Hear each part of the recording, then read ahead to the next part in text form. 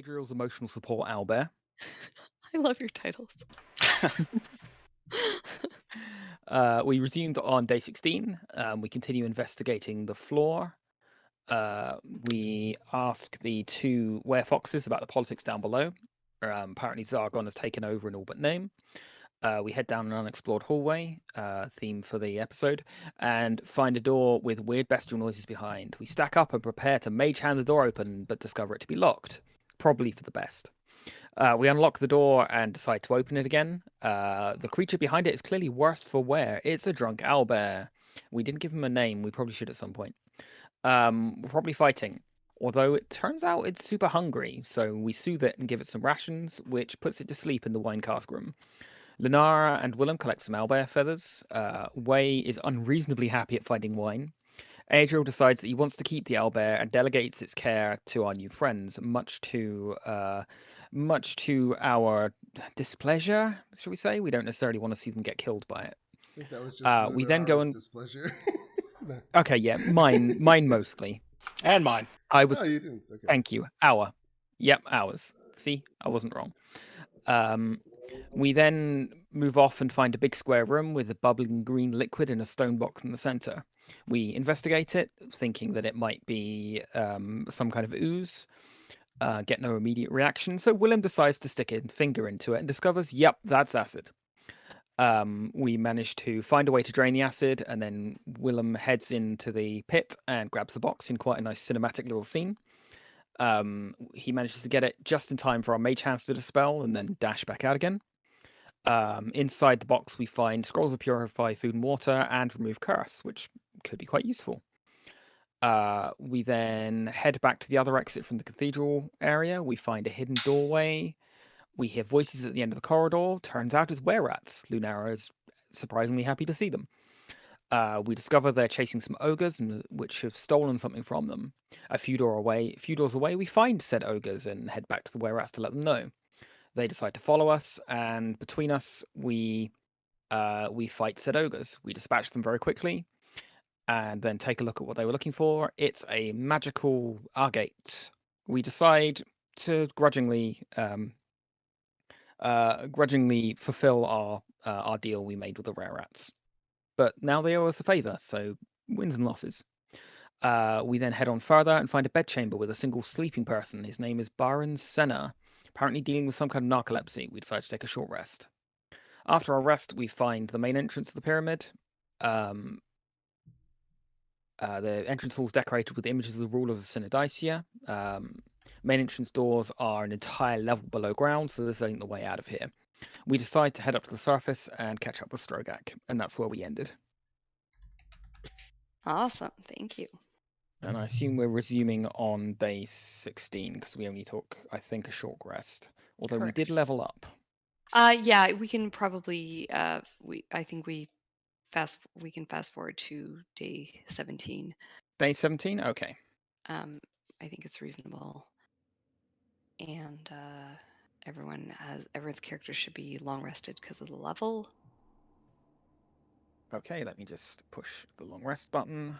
Ba-ba!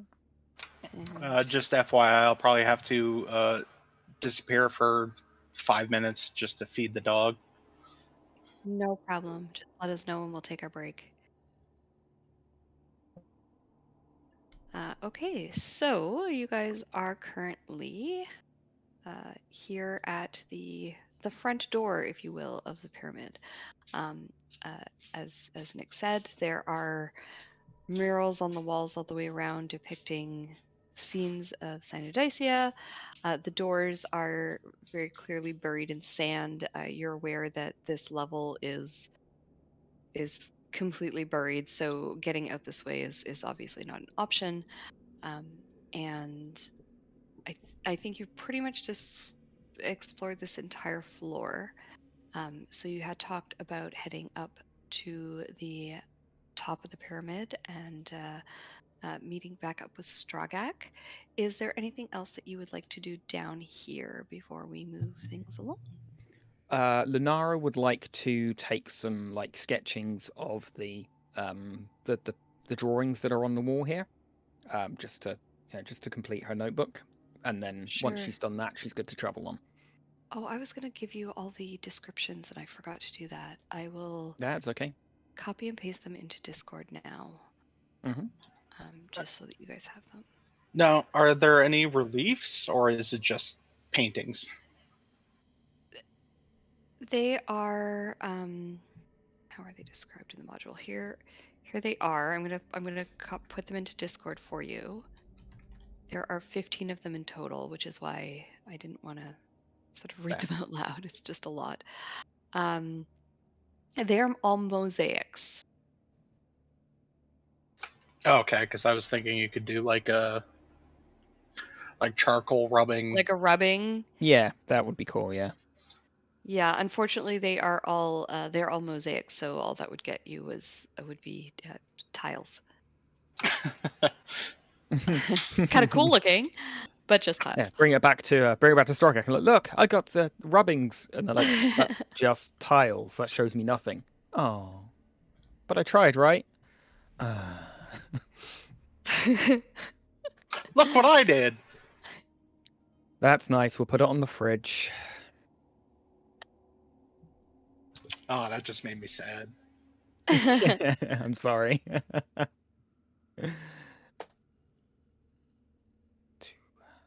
Right, I'll get these into my notes, so feel free to resume while I'm doing this. Oh, please ignore the. I just realized there are some DM notes in one of them. Oh, really? Oh, It just well, says that's a shame. the ancestors of the Halden tribes mentioned in Module 9, no 11. Oh. Mm. Which doesn't really relate to us. So. Okay, I will just remove that from my notes. Ignore that section. I think I can edit this. Yeah, I can. That doesn't apply to us. I have done a lot of changes to the modules, so not everything is going to apply. But the pictures do. And yeah, so that's kind of what you see, and it's basically a history of Sinodicia from the rise of the people up until really the fall. The final picture, just to point out, is not a mosaic. It is a crudely painted sketch. And so it's a little bit, obviously it's very different than the others, but seems to kind of relate what happened after the death of King Alexander and Queen Zenobia. Mm-hmm. If I remember correctly, I think where I come from is directly to the north of this desert, or like northwest. Mm-hmm. So I could be descendant from some of these people that raided the city. You very much could be. That's kind of interesting. Isn't it? Yeah, and you might. I mean, this might be an in-character realization as well. You know, seeing this, you might recognize the depictions of your people, like. Yeah, you might realize them as because in-character. yeah, I've got blonde hair and Mm-hmm. pale skin. Interesting. I had this image of you looking at the pictures and going, "Shit, that's Barry." Great grandfather.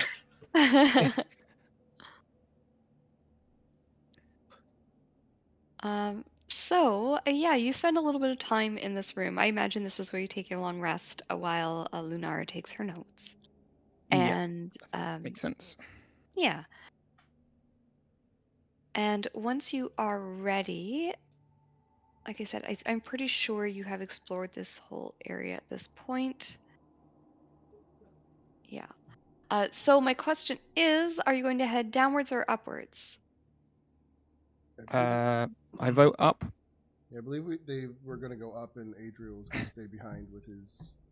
With the people of Gorm. So, you head up through the pyramid. it is quite easy to navigate your way up once you know your way around here at this point. I don't know, you probably take like a wrong turn once or twice, but quickly find your way back up. Probably the most confusing point to navigate is tier 3 with the rotating tunnel. At which point I will be keeping an eye out for Nana. Yes. So good shout. this is my question. As you travel upwards, I don't want to bog us down with random encounters that are meaningless. But if there's anyone that you would like to encounter as you head on up, is there anyone you stop and visit? You've got some different factions along the way. I think Uh, Lunara might be interested in meeting back up with the maidens. With the Because she maidens? has an idea. Yeah, she has an idea for a counter offer for the leader. Okay. and Willem will want to stop in with the Magi. With the Magi. Okay, so that's going to place us quite firmly on tier 3 for both of you. So let's do that. Tier 3, I'll bring you over. I just saw everyone's characters just like all gain health at the same time as I brought your character page over. So who would you like to visit first, the Magi or the maidens? No preference. Can we Go for the Magi if you want. split the party? We sure can. So Lunara is going to go visit the maidens, so I'll put you over there. And Willem is going to go visit the Magi. What about Wei and Adriel? I'm seeing the Brotherhood. So you're going to go up without the rest of the group all the way up to the top? All the way out there. So they're all the way up at the top. I forgot. Okay. I mean, you can certainly do that if you want, and we can do kind of all 3 splits at once. I would wait till they all start to go up together. Well, there's the ladder from that one point that goes right up into their. Yeah, actually, from little where you area. are right now, that this ladder does go right up to the Brotherhood. Okay, then I would just go up there. Okay, so I will put you on tier 2. And what about Wei? Which way are you going? Wei's just gonna stay with Willow. Just keep an eye on him. That's it. Okay. What, am I not trustworthy? Absolutely not. No, not like that. Just make sure he doesn't get into any trouble. He can't pull himself out of. Okay. It would help if I was on the right layer here. Alrighty. You got hit by a moss light once, and all of a sudden.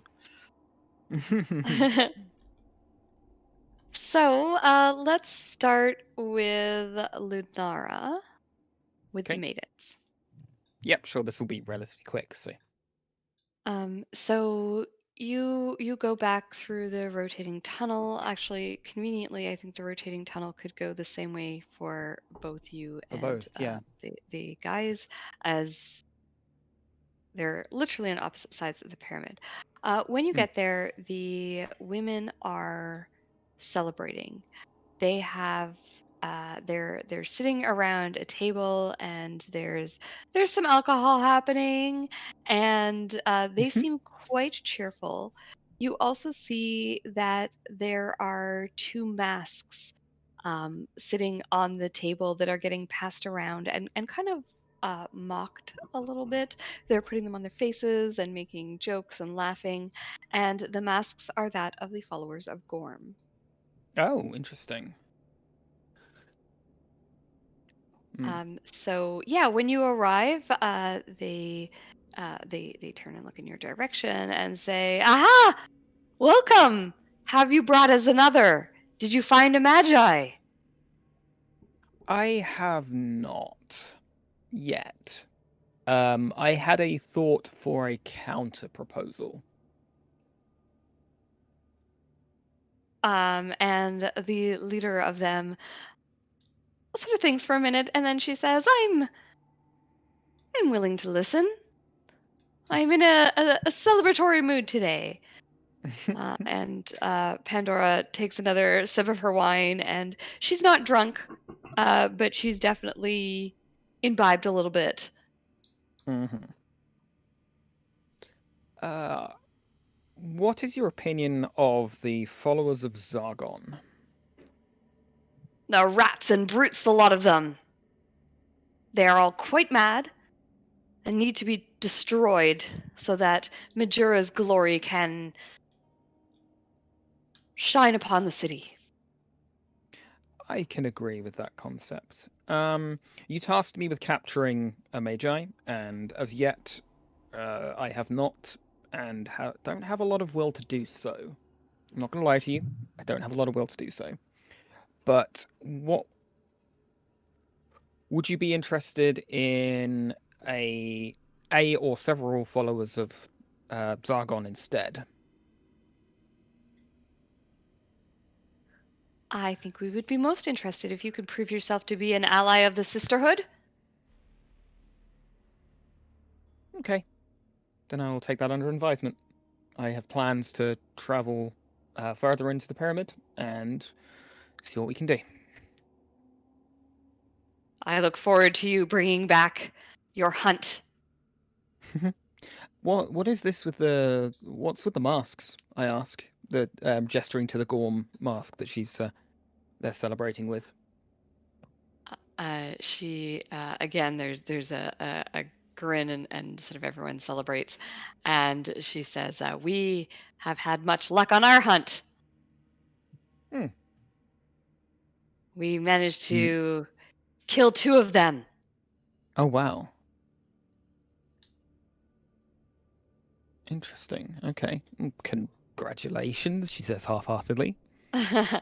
They sort of cheer, and another glass is raised, and they say, "We thank you.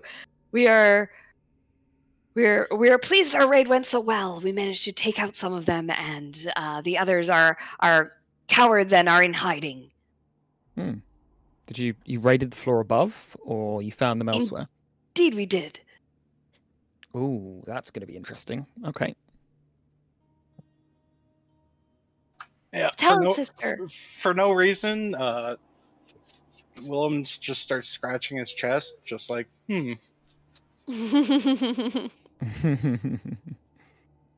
Tell us, sister, when will you bring us a follower of Gorm, a follower of Zargon, that you may Zargon. join us?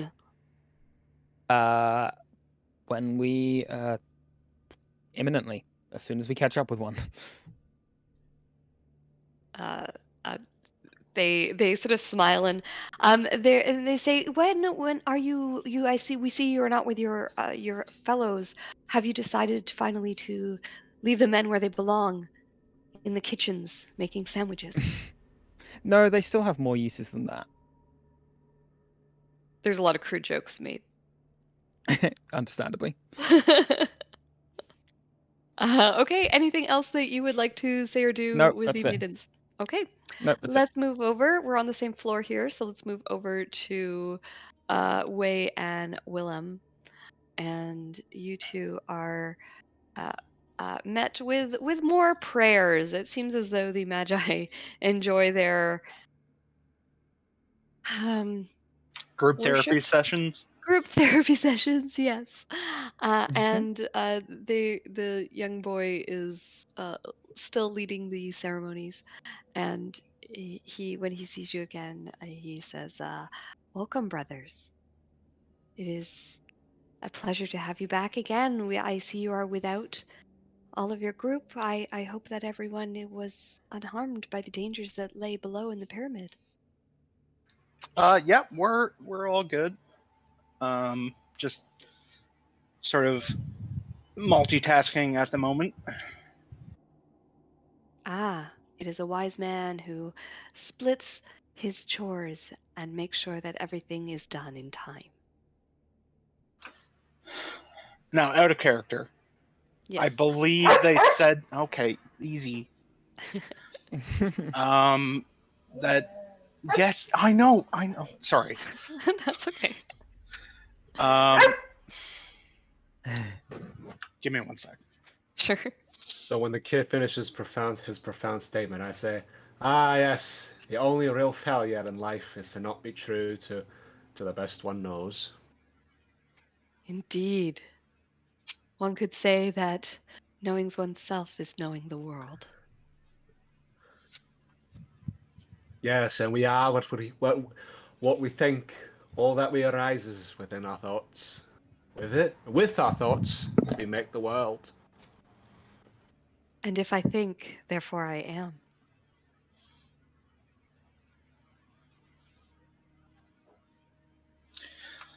Okay. Sorry. So That's out of okay. character. Way I'm- and the kid were out Oh no, I was listening. I doing just each other. so out of character, I believe. Okay. All right. So out of character, I believe they said they were going to be preparing a ritual to induct me into the faction. If you wish, yes. I wish. Okay. You are when you state that you are ready to become one of the magi. There is, it's a lot more solemn than the other two groups. Everyone sort of bows at once, and the ritual is ready. And now my dog's face is in the way. So Aruga, I think that's how you say it. A-U-R, Aruga? I think it was Arugula. Aurigus or something. Ariga? Arugula. Arugula. Well, I mean, yeah, that's the joke. That's how one, it's but spelled. Oops, there's an A at the beginning of that. I don't know why I didn't. I thought there was an Oregon. S. Oh no, that I'm No. thinking of His Umacross. last name is an S. His last name is Serkinos. Ariga. Ori. Ariga. Yeah, Ari. I like that. So yes, they are more than happy to bring you into the fold. And they look at you, Wei, as well, and they say, if you would like to join as a lesser member, you would be welcomed. You have no magic, therefore you cannot be a full initiate. But you may become a lesser member if you so choose. Sure, if you got yourself a membership card or something. Mm-hmm. Or something, yes. Or something. I'm gonna pull Willem aside for a second. Sure. Just for 1 moment. I'm just gonna whisper, make sure nobody else is. Mate, you sure you want to join another faction? You're Well, trying to fill out your Froyo stamp card or something. Well, you know, after the What's Froyo? I don't know what that is. after the third punch, after the third punch, like you get the next one free. Like, oh, Yeah, this ain't a buy. This ain't a buy one get one free, mate. It'd be something a little called a conflict of interest.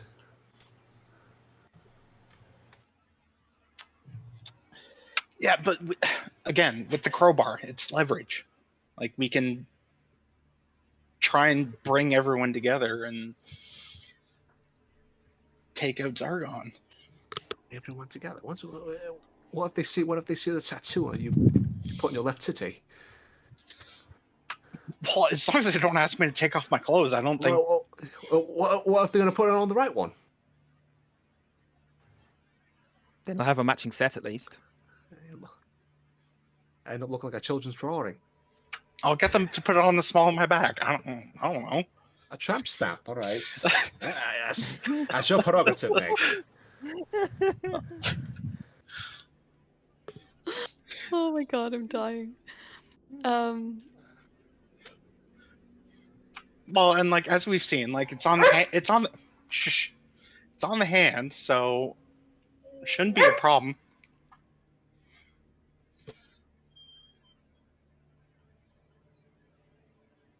Okay. Go shake my So hand. All right, it's your body. So Willem and Wei, are you going to join as a lesser initiate? I know. You are clearly not giving the dog enough attention. Oh, she's like right here. I'm just teasing. Do I have to get tatted up? Oh yeah, I'm good to get. So yeah, Willem will get tattooed. You will not, as a lesser initiate. Oh, sure. I'll just keep a token or a membership card or something. Okay. Expires 1467 DR. So you Willem are taken to the Star Altar. The others gather around, and they ask you to put your hand on the altar. Over top of there is a symbol on the altar that is the 5-pointed star of the Magi, and they invite you to put your hand over top of that marking. Okay. And he asks you to repeat after them. I'm not going to force you to repeat after me, but I will tell you what you are required to say. I, Wilhelm, do hereby pledge to serve and obey the great Usmagaras. Yep. Okay. When you say the name Usmagaras, when you repeat after him and you say the name, there is a burning sensation. It hurts like hell on your palm. Okay. And when you remove your palm from the altar, it has been emblazoned with that 5-pointed star. The burning sensation, it sticks with you. It's like it doesn't hurt as much once you pull it off the altar, but your hand's going to be sore for a while. The tattoo is silver in color. Oh, more silver. Good. More silver, and is that 5-pointed star. They also then they come and they give you a silver mask, which he places on your face. A dagger is put on your side, and a rainbow-colored robe is draped over your shoulders. And Really? yes, and you are now an initiate of the Magi. Wei, you are asked to repeat the same phrase, but you are not required to put your hand on the altar when you do so. Do you also repeat the phrase? Yeah, but I'll cross my fingers behind my back. That's fine. So you are given a silver ring to put on your finger, and it is carved with Usmagaris' face. Oh, look at that. Thank you.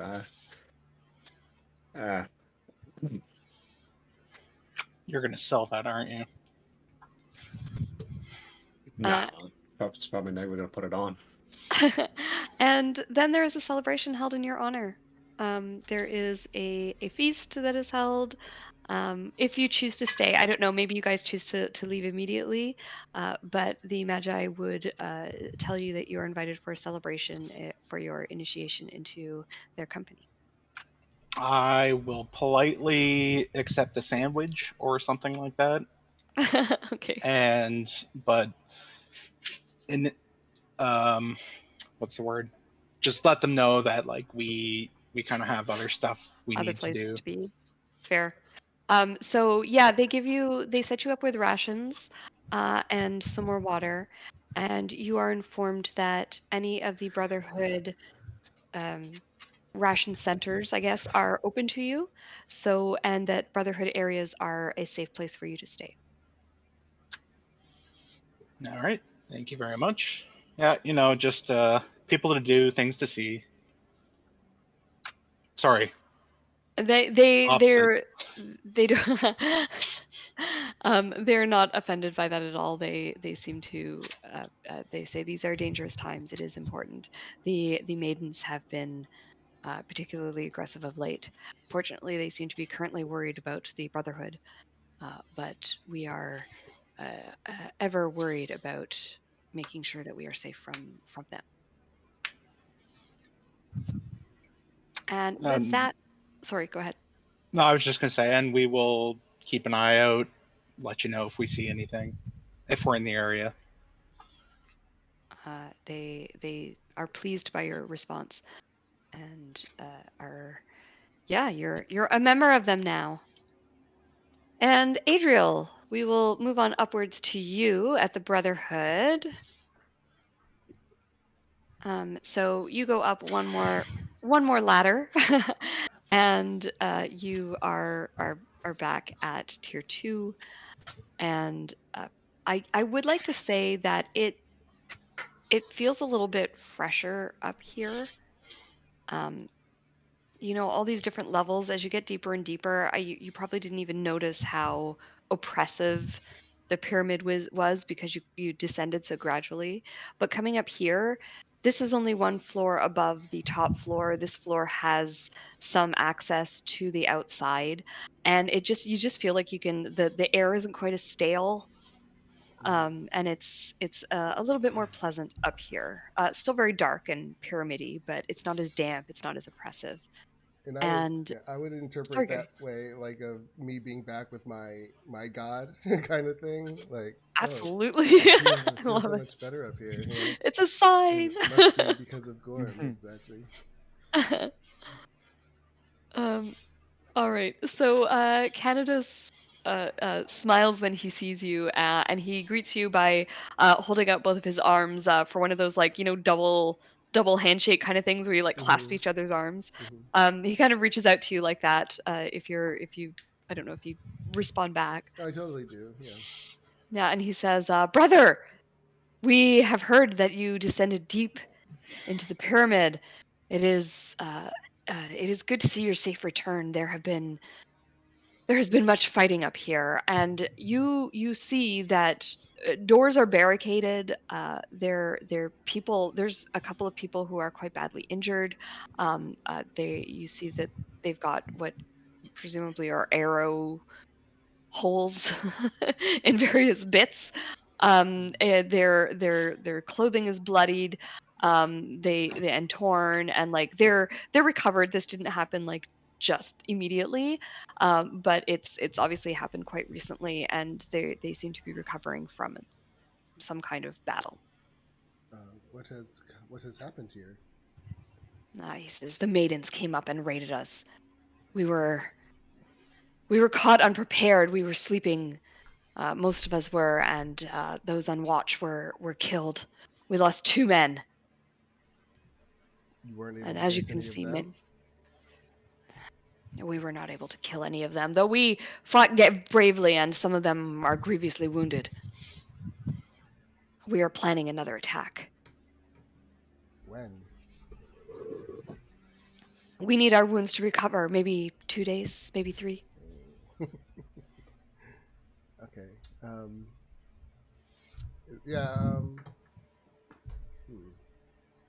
Unfortunately, I don't think I'll be here in 2 or 3 days. I only have the night. But clearly, you are not ready yet.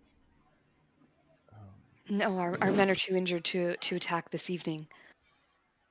But as I said, we were concerned for your safety down below. I do not know how things fare in the city. Perhaps a blow has been struck down there, which has caused the maidens to advance upon us. I'm trying to remember out of character what we did down there. Was there anything we did that could have caused that? I doubt No. it. We didn't get anywhere near as far as the city. Oh, okay. No, yeah, you didn't get to the city, and also you what am I trying to say? I just didn't know if we killed something down there that helped them go upstairs. It's fine. No. You do know that there is a rivalry going on between these 3 factions, and they are constantly at war, so it probably was not your actions. We got to check in with Vinny, Tony, and Carmine. I did find some followers down below. Perhaps it would be wise to recruit them up here. And he clasps you on the shoulder and he says, "More followers of Gorb, excellent." I will send them up when I go back down. They are not like you. There are some who they were orc, right? Or half orcs, no, bug. Hobgoblins. Hobgoblins, but they will follow Gorm. Anyone who can fight is welcome in Gorm's army. And I might have another idea. There is a beast downstairs, an owlbear. Perhaps it could be trained to attack the maidens.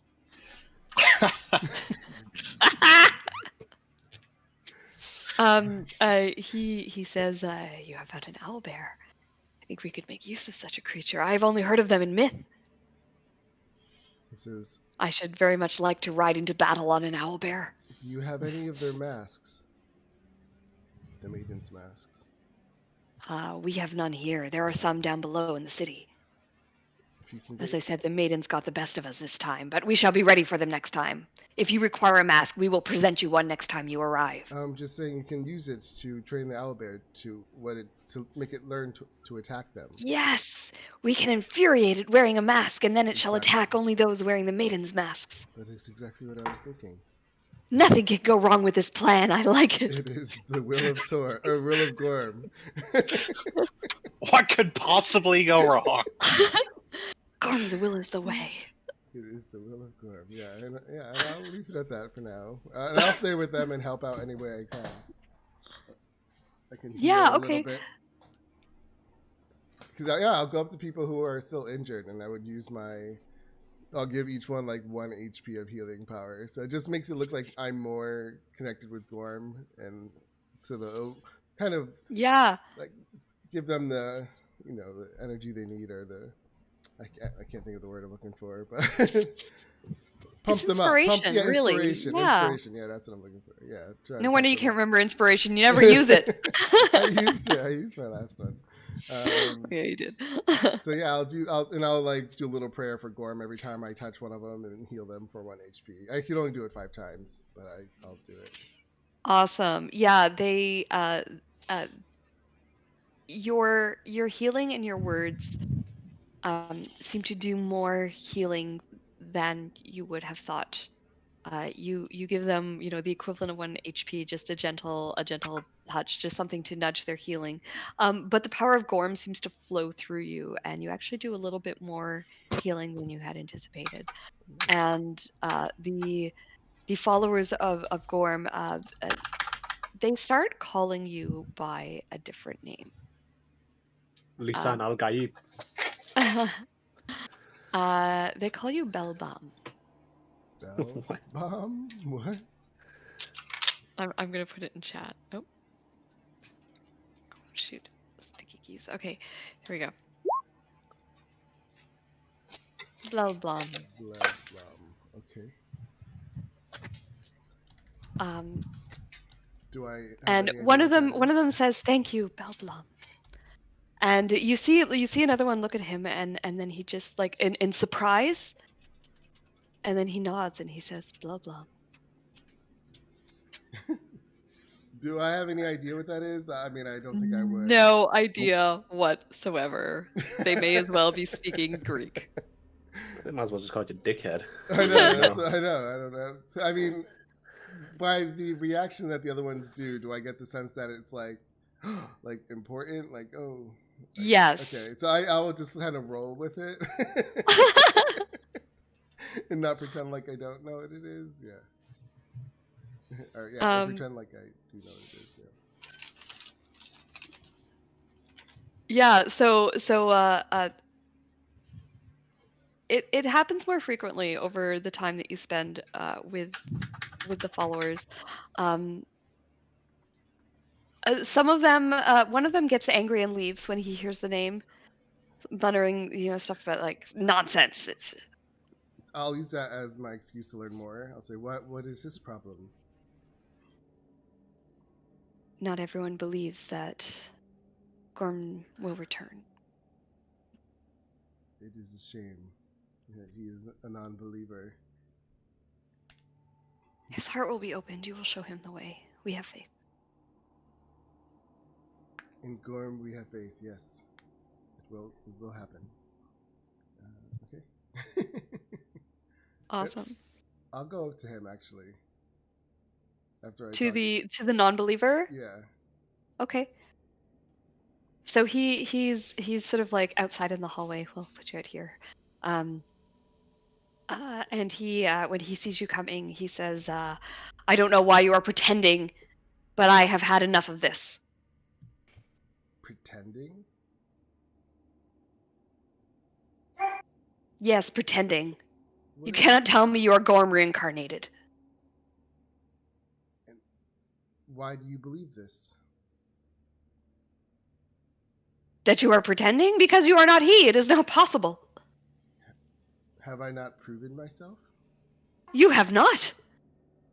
Your fancy lightning shows may prove to some, your healing may prove to some, but to me this is parlor tricks. Any magi could do such a thing. It is deception. Oh boy. How I pull out my glass that was forged by lightning, and it Mhm. spells out the name Gorm, Mm-hmm. and I show it to him. And then I like light my eyes up, and I say, "You, I can't think today." That's okay. Take your time. Time to incite holy war. Yeah. I say, and I just kind of use prestidigitation to like make my voice sound bigger, like louder.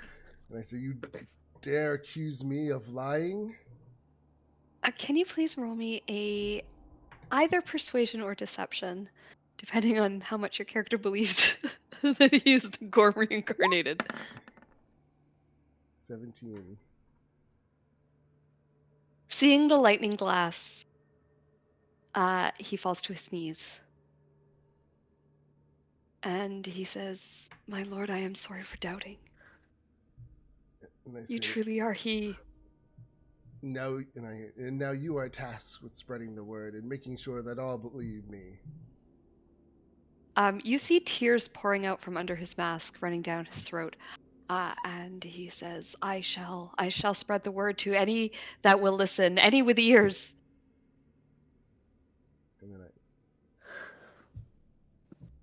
And I say that, "Now go."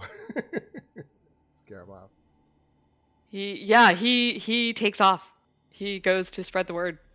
All right, and I calm back down, and I go back into where the main guy is. Yeah. Okay. Awesome. All right, we're just starting to listen to Dune now.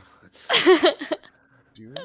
So, I guess it would make sense for you guys to meet up at this point. If you want to, I don't know, Sebastian, if you want to stay with Gorm followers or if you want to go I was going to stay outside with with the them rest of the group. overnight. Yeah. You're gonna stay with them overnight? Yeah. Okay. So the rest of the group, you guys head over. Seb, I'm gonna put you on the map just so you can see what's Okay. going on, because it kind of sucks to not be able to Thanks. see what's happening. So you guys head out of the pyramid the following day. I should turn off the spooky tomb music. Okay, who are those people? Well, that's the thing. When you come out of the pyramid, and I have you guys just like on the edge of the map, you guys are actually at the top of the pyramid at this point. Mhm. You see a couple of things. First of all, the wagon has been moved, and a tent has been set up. And the one tent, Lunara, you would recognize as being Strogak's sort of tent. He's clearly set it up. You can also see there's some workstations that have been set up with like tables. He's clearly been doing some excavating, doing some work. However, there are, I don't know how far your maps are zoomed out, so I'm going to shift ping you. There are a couple more tents set up, and there are some creatures. The creatures are goblinoid, and oh, Strogak cannot be seen at this point in time. Sorry, he's not there. So yeah, there are these goblin creatures. Some of them look like you have seen before. Some of them look like the dust goblins that you have encountered here previously. But there are some of them that look a little bit different. Are they all on the map layer? Oh shoot. And they are wearing sort of like a little bit heavier armor. They're wearing chain shirts. They've got shields on them, and they've got scimitars at their hips, and they just look a little bit more intimidating. And then at the again, by these tents, You see one guy that is clearly a hobgoblin, not a goblin, and he seems to be issuing orders to the rest of the goblins. And they are basically going about their day. They have not noticed you at this point, as like I said, you are at the top of the pyramid. The other thing I feel I should point out is when you first open the doors and get out there, it's very bright. You've been underground for so long; it's been days since you've had any real light, and so it's blinding, and it kind of gives you some empathy for what you put poor Canada's through when you Yeah. dragged him out top. It's really overwhelming. The other thing is, my dad once did like a cave climbing, Mm. and he always describes when you come out just how sweet and fresh the air smelled and what it like just what a glorious thing it was. And I imagine that there's that kind of thing just from being trapped underground with this stale air and coming up to the surface and just this the freshness and the cleanness of it all is probably quite overwhelming, and you probably sort of take a moment at the top just to enjoy the sun on your face, the warmth of it. Not that it's cold in the pyramid, but it's very neutral. And Mhm. it's a really beautiful warm day. I mean, it's desert. It's probably a little bit too hot, but I mean, you just feel the what, just like up here in New York, the last few days, it was just nice and hot. yeah, right. Like you just enjoy it for the first Oh, little bit, and then you're like, oh, okay, it's too hot. no, no, oh no, I love it. I Oh, personally you love do the it. heat. Gives me an excuse to walk around my house in my underwear. I could just no more heavy clothes, free sweaters. Mm. So yeah, so you're probably quite enjoying being out, and it's not until your eyes adjust and you kind of take a moment that you look down and you see this problem before you. Yeah. I'll like I guess I'll send we'll see once we've adapted to the light. I'll send Quoth over and just like get an aerial view of where they all are and report back to you guys. Okay. Yeah, and And so what you yeah, see is basically what you see on the map here. yeah. People are coming and going from the tents, so there may be more than you can see here. You're not exactly sure of Mhm. the numbers, but it's roughly this many. Okay. I suggest we go and get Adriel. If we're going to deal with this, we're going to need all of us.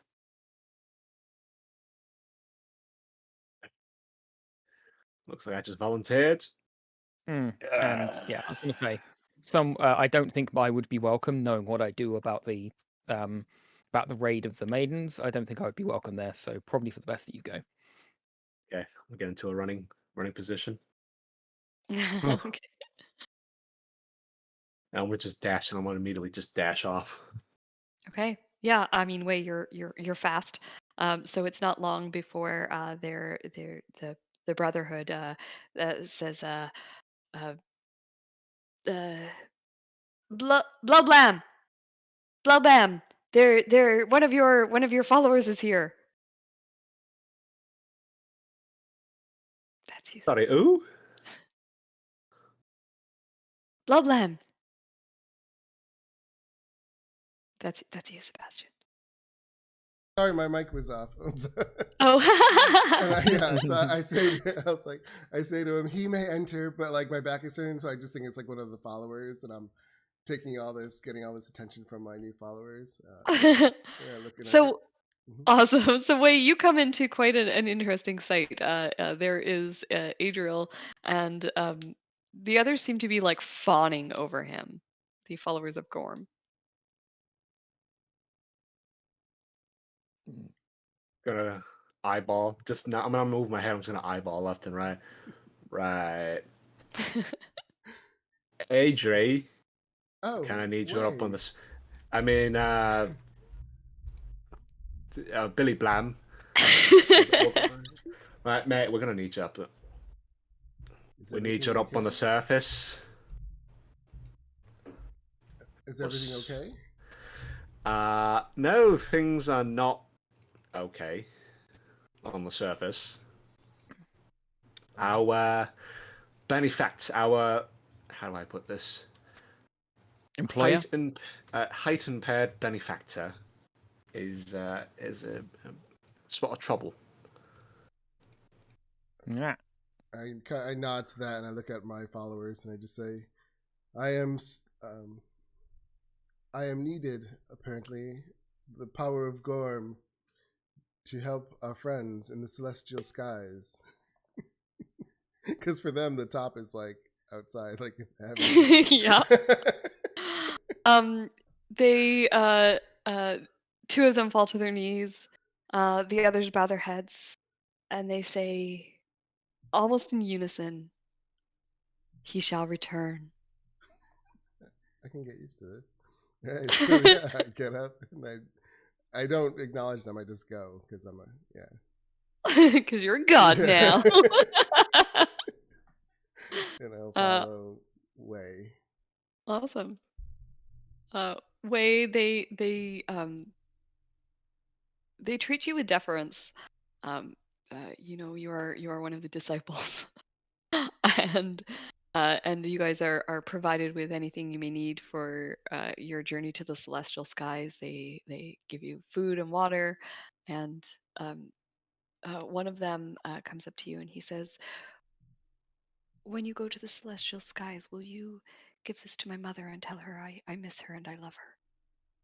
And he hands you a little, just a little trinket. It's just a little hand carved figurine of a woman.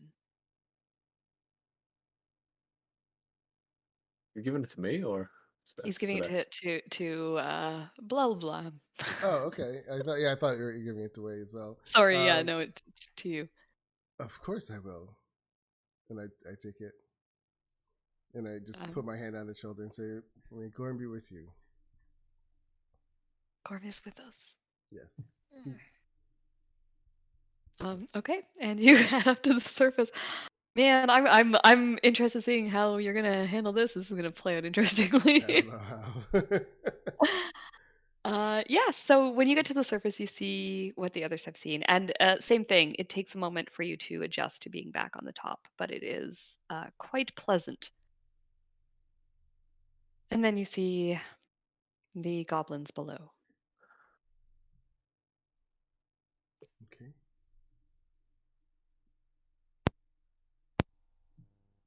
So yeah, I relay the information that I got from Quoth about how they're laid out, and say I can't see Strogek anywhere. Hoping they haven't done the worst. Can you have your bird look inside the tents? There are guys quite close to it, so it wouldn't be that easy. Like if we made a distraction potentially. Okay.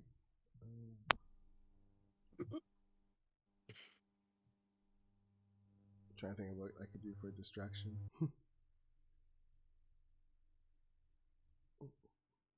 Any ideas? Says the god of lightning. I know. I mean, if I could cause a storm, I would, but I can't do that yet. I can do.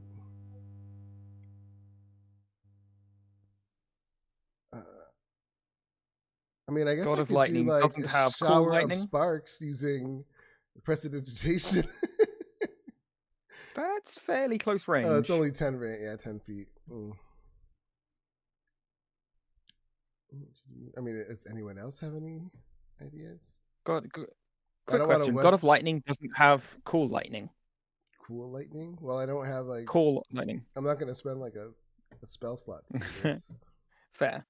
Just curious. I have lightning sparks that I could shoot all around them. Okay. The other option, I guess, is we just get close. We try and pick off the small group. Like, what seems appropriate to me is we try and attack them under cover of darkness, but that would require waiting. I think Adam's having some technical issues. I can hear him popping. Yeah, I can just hear like buzzing things. This happens in our Thursday game. Hello? There you are. Hey, we Hi, can hear you. there you go. Okay, so I've been dealing with some issues with my control button. It seems to be stuck. Oh, that's So fun. I can't really type anything. Oh, I think I can Oh, that's click not ideal. stuff. Have you tried But percussive maintenance? this is at the moment the only keyboard I have, so I don't really want to try that. But I did consider taking pliers and just pulling the whole fucking keycap out. Yeah, that's probably a good idea too. But yeah, just so you know, I can play Willem for you, just like on Thursdays. No, clicking should be fine. Okay. I've just been dealing with that, and then had to go feed the dog, and then came back, and no one could hear me. So, no worries. and of course, the only other keyboards in the house are Bluetooth, which I don't have. Ah. How? Okay, so what was the deal with the goblins? So the goblins may or may not have Strogak. You cannot see him. And Lunara and Adriel were talking about maybe causing some kind of distraction so that Quoth could pop into the tents and see if he could find Strogak. But they were sort of debating what kind of a distraction would work. And then Lunara also suggested that potentially you could try and sneak up and take out one of the groups of the goblins to kind of clear things out a little bit as a stealth mission. Okay, yeah, I'm definitely in for that second option. I mean, if we knew where Strogak was, I could probably. How high are we on this temple from the ground? First of all. So I think we said each floor was 20 feet, and you're on tier level. the fourth level. Yeah, so 80 feet up. No, third level. If we came out Third level? the Oh yeah, okay. Oh, Oh 60 yeah, feet if you up, came at the door, yeah. So 60 feet. I mean, I could cause a huge distraction, but I don't want to hurt Strogak if he's in one of those tents. If we could figure out where he is, I could probably do a lot of damage to one of the groups from up here. Mm-hmm. Yeah.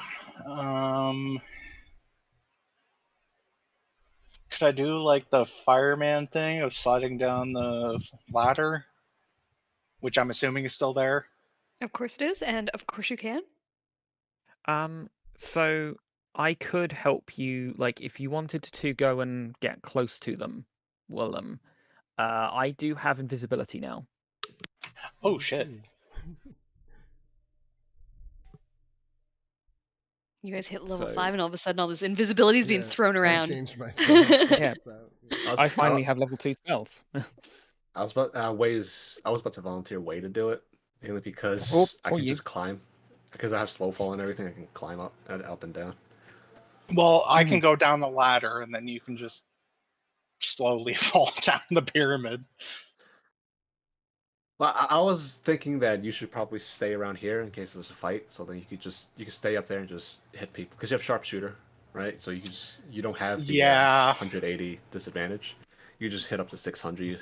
You'll be able to shoot anybody on this map from where you are. It's a short bow, so I've been trying to look up what it is, but because of the control fucking button, I can't. Like any time I press a key, it's with the control. So short bow's 320, right? I don't know. Yeah, 8320. Yeah, you're fine. You can hit everybody. You can hit Okay, this entire map. Cool. I don't know Yeah, if we are actually like here though. Well, you're a little further on, but you could Yeah. definitely hit this group here. I will remind you that 320 means disadvantage. 80 You know, he has Sharpshooter. Oh, you got sharpshooter. Never Yeah, mind. that's why I said you could just shoot anybody. Yeah, you can probably hit anyone on the map. Sweet. I'm just gonna turn around, look at the group. Oh, off we go then. Do you want to go and investigate? Be invisible? Yeah, when I turn around, I'm foot halfway off the ledge. I'm gonna just fall backwards down to the next ledge. Okay. Before you backflip. drop, then I'm gonna kind of reach out and like give you kind of a high five. And as I'm doing that, I will cast invisibility on you. What did you do to him? Awesome. Magic. You guys, I assume you high five Lunara back. Oh, I'll put my hand out. I don't really know what a high five is, but sure.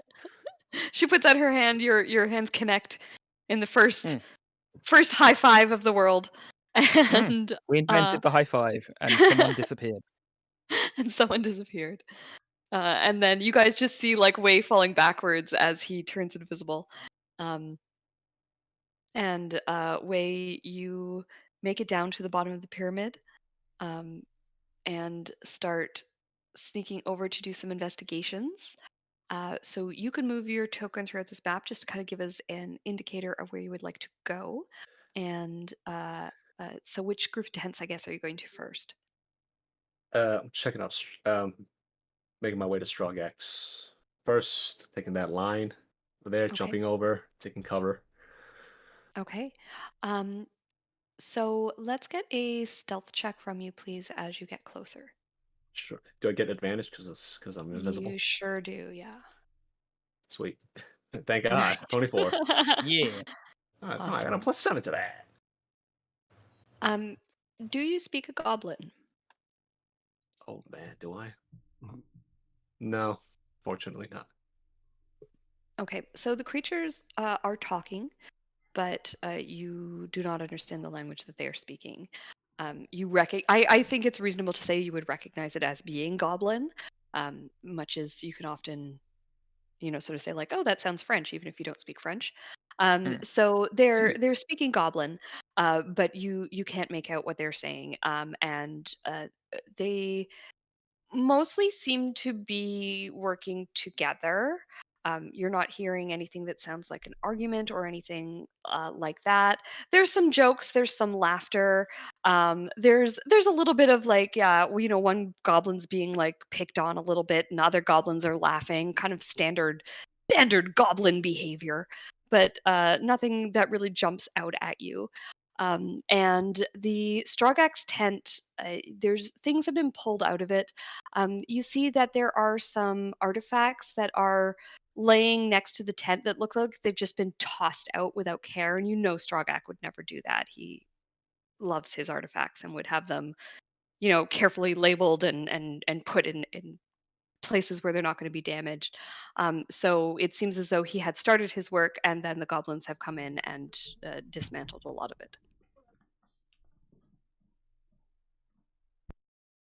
Okay. So the tent is empty. There's nobody in there. You're so looking into the tent. You can't see, the flaps are closed. Oh, okay. Damn.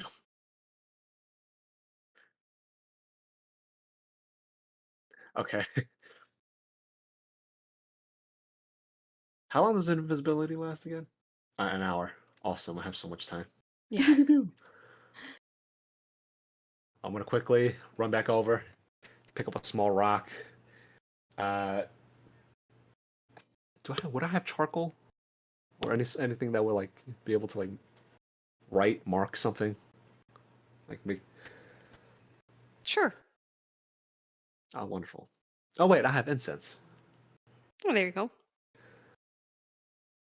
I'll quickly burn a little bit of incense just to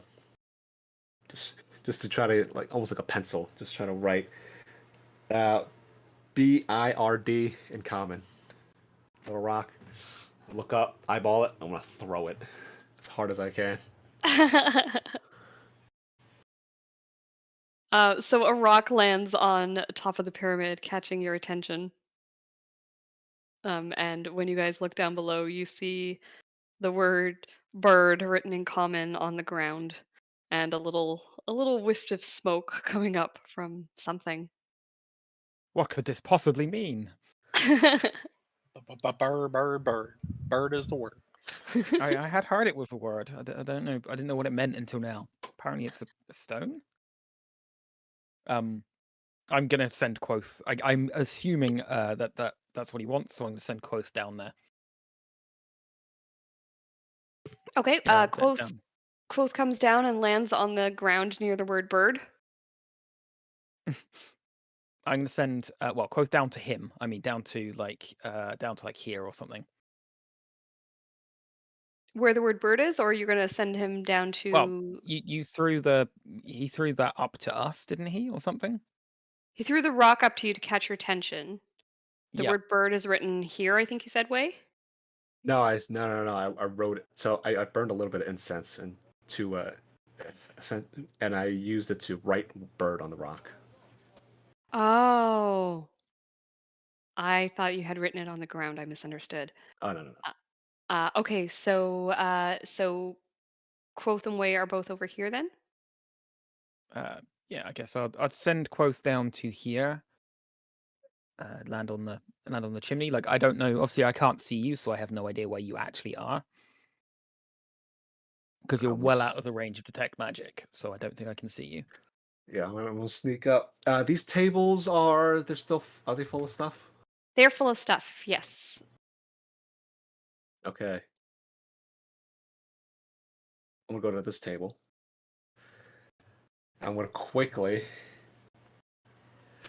Let's see. How best can I emulate wind? I'm gonna take my sword. Physically. In the scabbard while still sheathed. I don't want to accidentally cut anything in half, or, break it. And I'm gonna quickly just slide everything off the table. Okay. With with a handful of sand, I'm gonna toss it to pretend that a gust of wind blew through the table, blew everything off the table.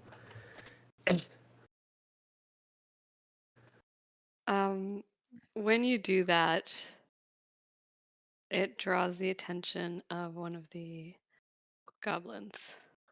And I'm hightailing it out of there. Whew. I would like to ready an action. Sure. And maybe bonus action hide if possible. Yeah, you're pretty hidden at this point. They have no idea you're there. Okay. So I'm not going to make you roll for that. If you want to kind of say that you conceal yourself, that's fine. Yeah, I just kind of knelt up on top of the pyramid and just ready to shoot a fucking goblin in the face. Okay. I'm while this is happening, I'm going to try and get Lenara's going to try and get closer, try and get to within about 120 feet, so that she can Eldritch Blast this group. Sure. Can you give me a stealth check, please? This should be fun. Or normal stealth. Oh boy, that's not good. Okay. We're going to describe what happens in just a moment. Adriel, would you like to do anything? So we've got Willem at the top with his bow at the ready. Way is somewhere invisible. And Lunara is climbing down the ladder. What would you like to do? I really wish I knew where Strogak was so I can do something, but I don't. So I'll just take a ready action of a lightning spark at maybe this guy down here. Okay, what's the range on your lightning spark? 120 feet. Okay, yeah, I think that's reasonable. You're quite high up, but I think he's only 80 feet away, so that's fine.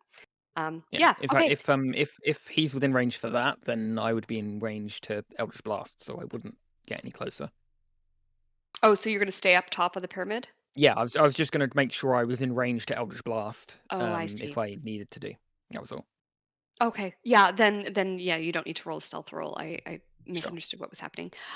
Yeah, so that's fine. You're a distance away. And you guys are basically just hanging out on top of the pyramid. So everybody has readied actions up on top. This goblin is walking on over. Way, what are you doing?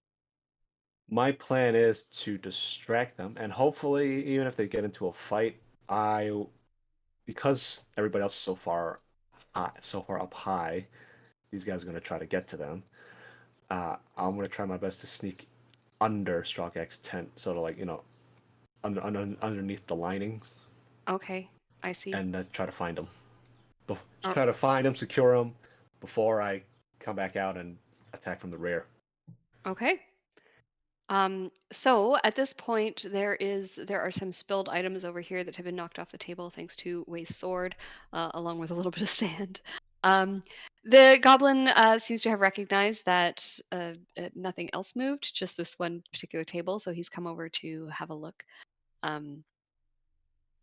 And he comes over and he starts to kind of like just look around the table, trying to figure out what's going on.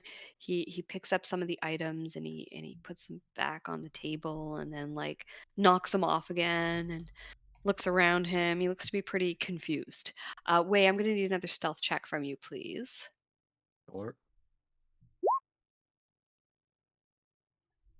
And this guy's actively looking.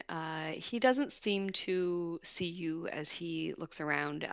Your footprints in the sand are there is like a very light breeze blowing, and it seems to have covered your footprints.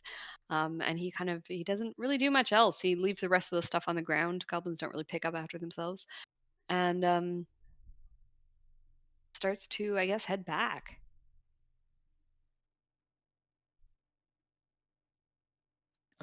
While he's over there distracted, I'll kind of send Quoth over this way. Sure.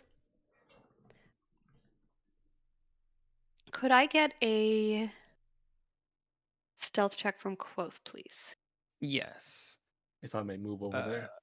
Mm-hmm. That's a 6. So one of the goblins kind of comes over and sees Quoth, and they start like in goblin way. You don't understand what they're saying, but one of the goblins pulls out a slingshot. Nope, he's got a light crossbow. He pulls out a light crossbow and he starts aiming it at the bird, kind of I would like joking and laughing. to use my action. You sure can. Which one are you going to hit? The one who's pulling out the crossbow. The one who's pulling out the crossbow? That's this one here. I Okay, will so also Willem. be Eldritch Blasting if after Willem. Okay, you know what? Let's roll initiative just to get an order going here. Sure. I'm gonna roll for all of the goblins, but that doesn't mean that everyone is gonna act this round. Oh no, I think I can just press start on this. Sorry, this is new for me, so oh, look at that. And then how does it work with things that are on the other layer? Just bear with me a minute here, guys.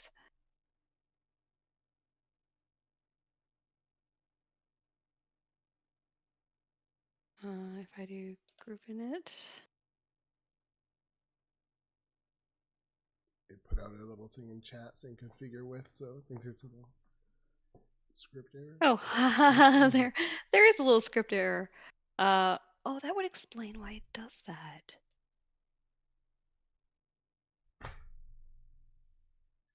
Let me just fix something. I wrote a little note to myself as to how to configure this script, but it doesn't require that anymore. But now it configures it every time I run the script. So let's just delete it. Okay. Although now I can copy macros between games because thank you, Roll20. Yay. Oh yeah, because they added that to the vault, didn't they? They sure did. Yay. Okay, so we do have some ready actions, which I'm going to call a surprise round. So I realize that we're in a different order than what you guys stated, so I'll leave it up to you if you want to go in the order of the turn tracker, or if you guys want to take things whatever order you guys want to go in, because this is a surprise round and no one else is really aware that anything is happening. So Willem, you had sort of said that you're gonna initiate this by starting with your bow versus his bow. Adriel, did you want to act before that? Did you want to wait for Willem? Well, my ready action was centered on this guy, so I don't know if you as a DM would let me change it. Like I would, if I saw them attacking one other goblin, then I would. Absolutely. Okay, so I'll wait until they attack before I attack. Okay. I'm focused on this one. Okay. So, Willem, why don't you go ahead and take that crossbow shot then on this goblin? Sharpo, but okay, yeah. Sorry, Sharpo. He has the crossbow. Whoops. Well, so 21? 18? 21 hits. Oh, yeah, sure, yeah, because we're surprised. Well, steady aim. Oh, of course, yeah, you get advantage from steady aim. Sorry, yes. Sharpshooter. Yeah. Yep. Yeah. So go ahead and roll up your damage. This is funny to me because I can see how many hit points he has. So yeah, 25. I mean, describe what happens. Right at like the base of the skull, like right where your what is that thing called? I can't remember, but like right in the base of the brain. Awesome. Yeah, so he's sort of turned around and he like sees the bird. You don't get a lot of ravens in the desert. And you goblins being goblins, he's pulling out his crossbow presumably to get himself some dinner. And he just sort of turns and starts to lift up his crossbow, and then there's just an arrow in the back of his head and he's dead. Yeah, and like if you hit someone there, they just collapse. Like it's... Yeah. Yeah, he's just immediately just on the ground, an ex-goblin, and his friend doesn't even seem to have realized what's happened at this point. Like he's just sort of like going down to like, what's going on, and I guess that would trigger everybody else. So, Lunara, which one do you Eldritch Blast? I will probably go for the next nearest one to this one here, I guess. Okay. So let's do. So doing it as an attack action, so I get 2 Eldritch Blasts. So thank you, level up. First shot. Second shot. Oh, for fuck's sake. Pew pew. Oh no.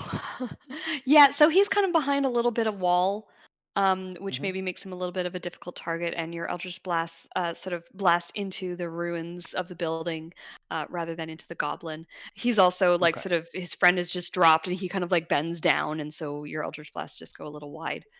And that will bring us to Adriel. Right, so I should put on some battle music. I'll do the one I was focused on. Okay. This guy here? Yep. 15. Let me just check him. You hit him, but it doesn't seem to go through his armor.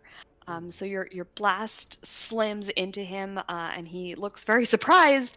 It kind of knocks him off his feet a little bit, but it doesn't seem to do any damage. Okay. Oh shit. Sorry, guys. And I guess Wei, you are up next. Okay. Continuing to sneak around. Okay. Roll me a stealth and take your movement. I might take that path. Nice. 27. Yeah. I'm gonna come across the camels. I'm gonna gently pet them. I'm sure they can smell me. Yeah. They don't seem to be surprised by your appearance. Okay, and that will bring us back to Adriel. All hell has started to break loose. I guess Quoth has an action if you would like to take one as well.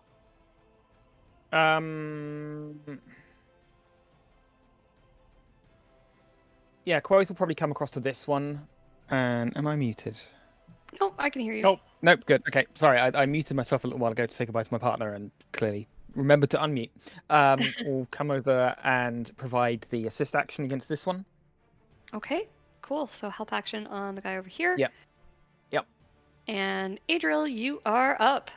Alright, I'll shoot another lightning spark at that one, but I'll use transmuted spell and I'll like make it intensely hot so it causes fire damage instead. Cool. 14. 14.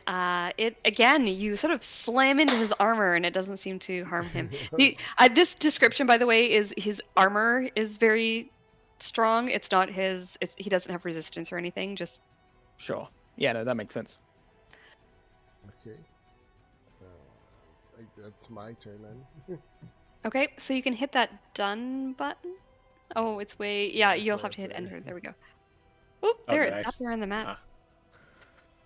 Ah. He is going to. I don't think that this guy knows what's going on. I'm actually going to skip his turn. The blasts are happening. He's kind of looking around trying to figure out what's going on. I'm going to give him a perception check, actually. That's what I'm going to do. He's trying to figure out what exactly is happening. Yeah, he hasn't a clue. He's looking around. He's trying to figure out like where all these things are coming from. There's screams. There's yelling. Well, in his turn, these guys don't really know anything's happening. Willem. I will. Yeah, I'll save Quoth's advantage on that goblin, and I'm going to attack this guy. Okay. Steady aim, sharp bow, sneak, sharpshooter. Okay.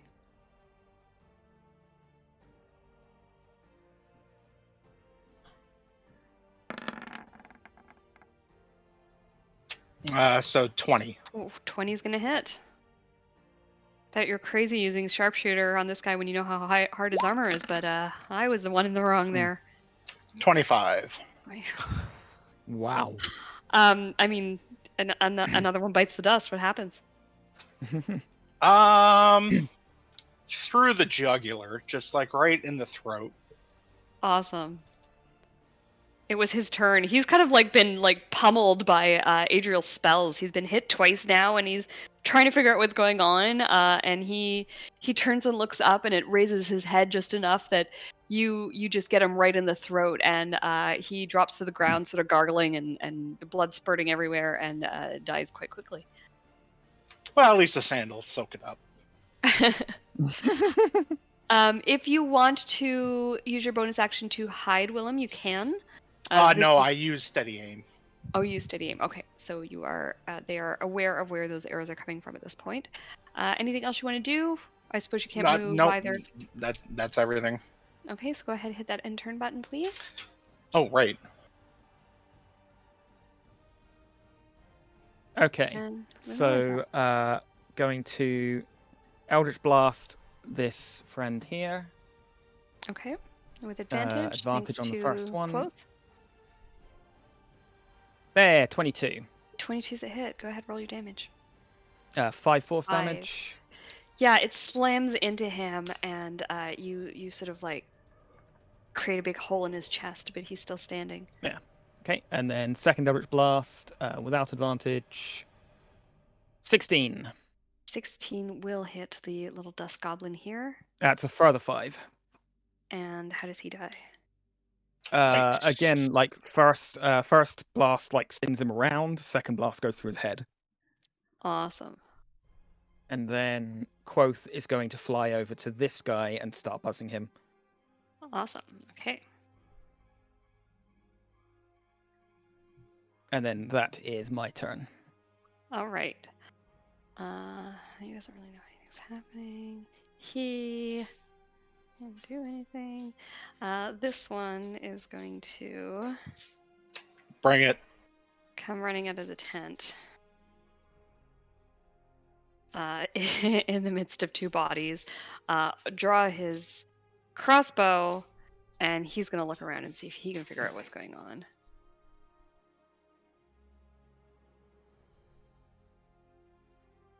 I don't think he sees any of you. He's just like, what the hell just happened? Wei, sneaking around the back here. No one's aware of your presence. Quick question. When I pass past our little wagon, did I see Strawgak hiding beneath it? You did not see Strawgak hiding beneath it. Okay. I'm going to come over towards the sandy bit so I don't make noise while crawling on the rocks. So I'm gonna get on my belly, get prone. Okay. I'm gonna slither my way through. Okay, I'm gonna dig a little hole like a dog does. Crawl under a bed. Go ahead and give me a stealth check, please. And you can have advantage because there is chaos going on. 18, awesome. And Yeah, he's you still crawl invisible, underneath. so And he's still invisible, so you had advantage anyway. That's correct. You see inside the tent, you see your friend Stragak. He is he's chained up. There is a chain around his neck, and he's chained to a post that has been sort of like dug into the sand. He looks bad. He's been he's been beaten. He's in very poor shape. And he's just sort of sitting on the ground. His clothes are torn and soiled. He looks a mess. Oh, they're all gonna die.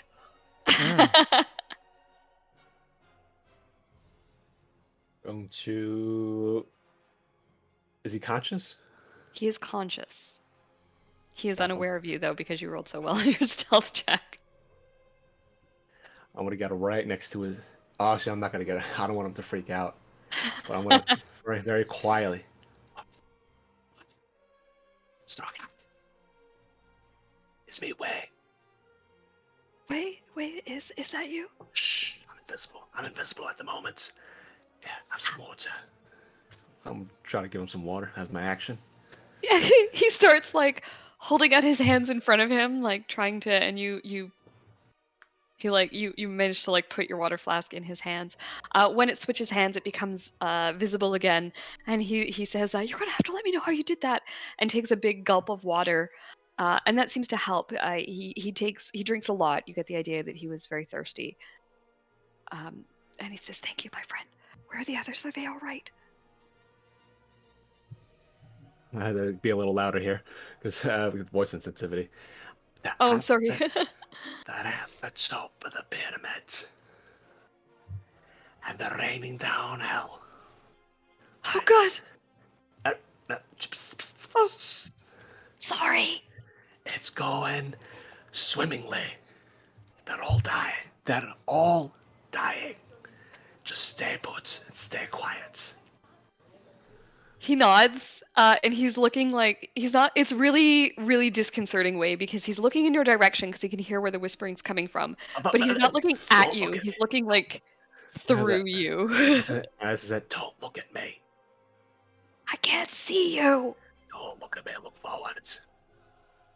He like turns his head and looks forward and says, "Okay." All right. And anything else you want to do, Way? No, but just stay put. We'll get you in a jiffy. He nods, still looking sort of straight forward. Yeah, I'm gonna pop my head back out from under the flat. How do I? Let's see.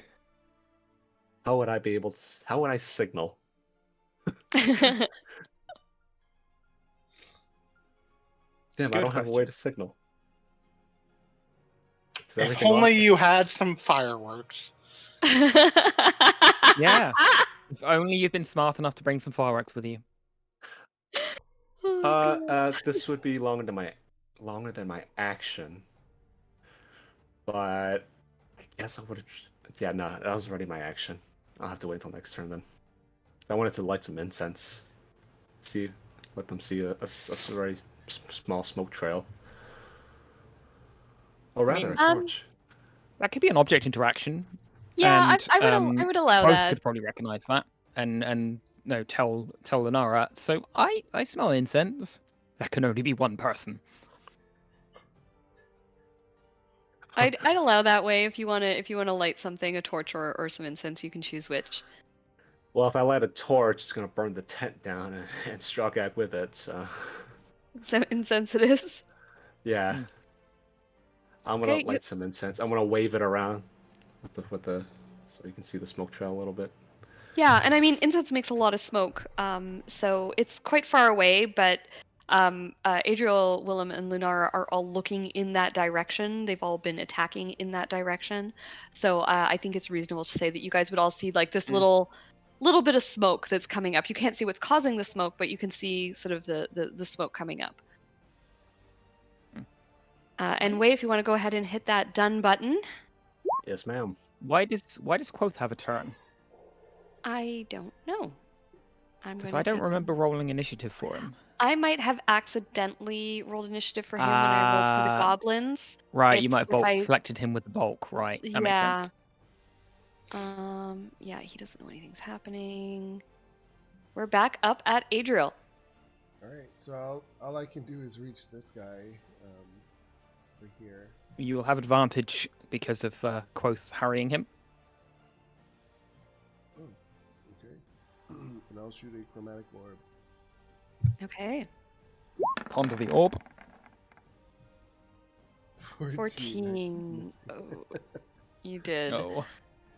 You're just struggling with the distance, Adriel. That's all it is. Let's see. The sun's in my eyes. Yes. I guess that'll be the end of my turn. Okay. You do have some movement. If you want to start to move down to be closer, you do have that ladder set up, so there's no penalties on moving down the pyramid. Okay. How close? How much? Like, You could get down 1 level this round. Okay. Where would that put me on the map? That's what I'm trying to. We'll say another 10 feet closer. Okay, it's like that. Because it's mostly down, but it is a step pyramid, so there would be steps. I'll do that. Okay. And it is my goblin's turn. At this point, he knows something is going on. He is going to run over here, and he is going to take cover behind this little bit of wall. He's basically going to like crouch down, and he starts screaming in Goblin, get down, everyone hide, and he's going to do a perception check. Looking around. I mean, he definitely knows that something's going on, considering he's just been like attacked by a raven. Yeah, exactly. He knows something's going on, but he's not sure where all this is coming from. He doesn't know, like, he's looking for the enemies. He knows you guys are in this direction. And I think he probably, with a 15, I think he probably sees you guys up there. And so he is going to bring out his he's only got javelin, so there's not a lot he can do anyway. So he's basically taking cover. At this point, these guys are going to start to act. So, sorry, I have a hidden token here that is whose turn it is.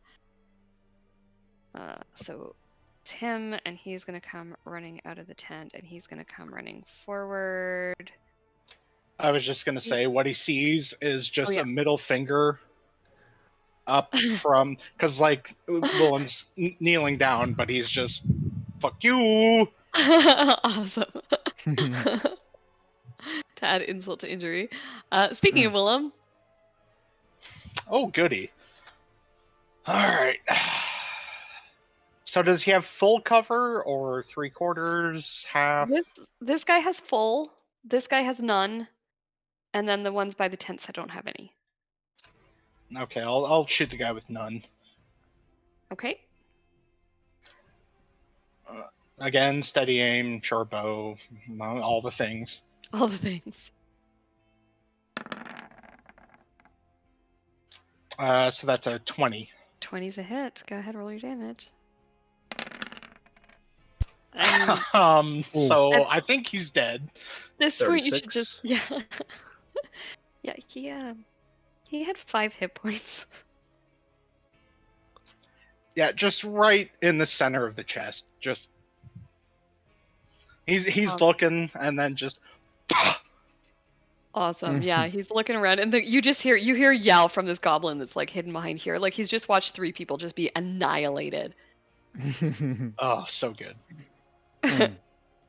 Lunara. Okay, so I do not have line of sight on this guy presently. This guy here, do I? And Correct. This guy here is quite far away. So I'm gonna move down a square and then dash for the other square. Okay. And then Quoth is going to probably provide the help action against this guy here. Just keep him like pinned down and busy. Okay. Yep. And then that is Lunara. That was a move and an action. So I've gone from 3rd to 2nd, 1st. No, that's me done. I will end my turn. Okay. I've got another guy in the GM layer here that I'm going to bring. Oops. Oh dear.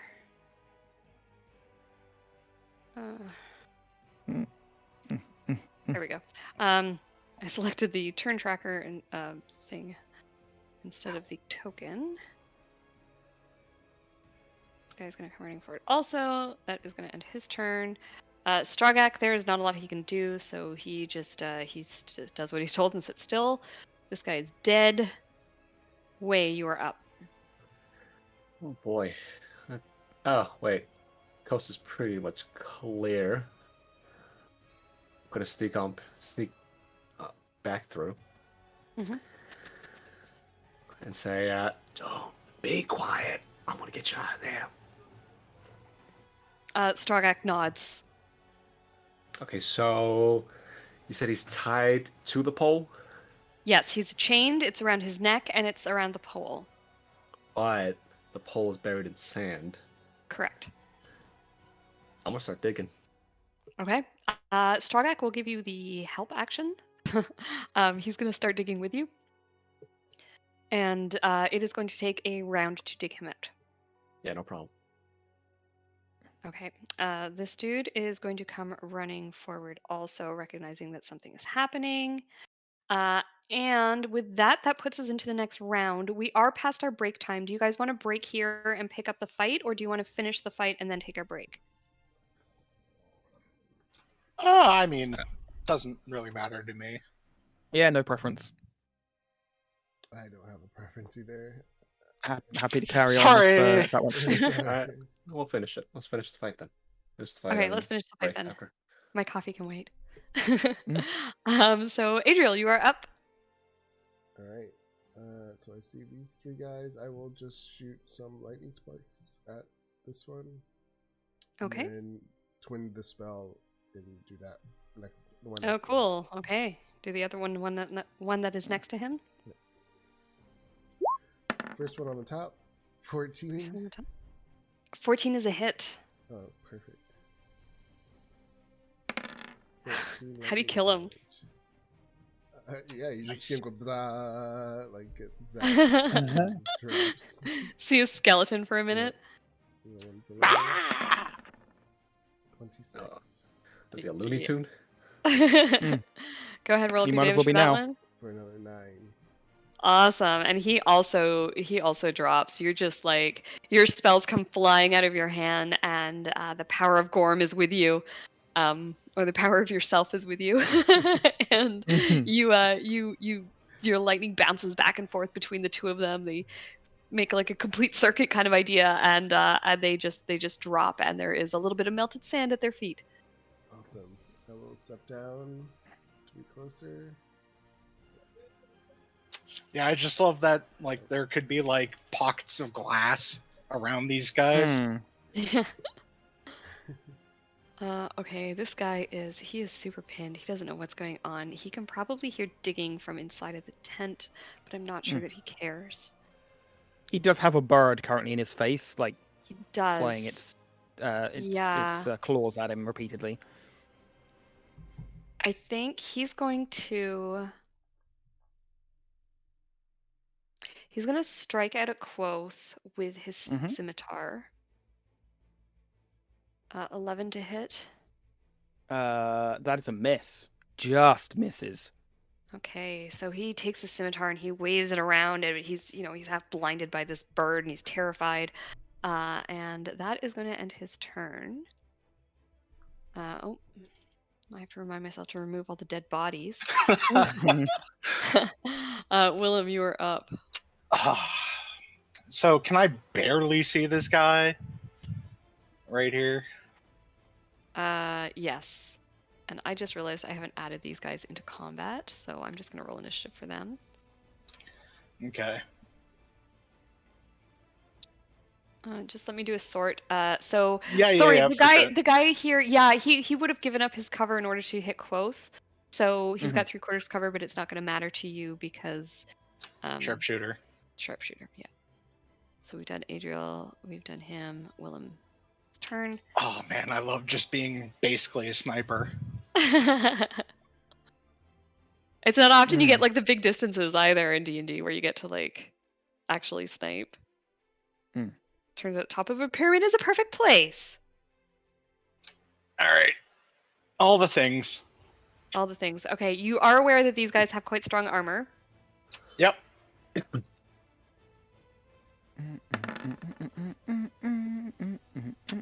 Yeah, that's a 21. Just roll your damage.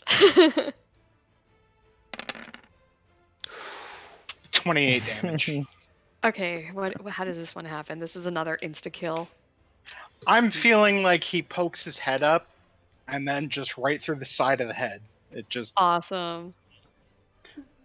It's like one of those like sniper movies that you see where like, you know, someone like pokes their head up over the wall and then there's just like no head anymore.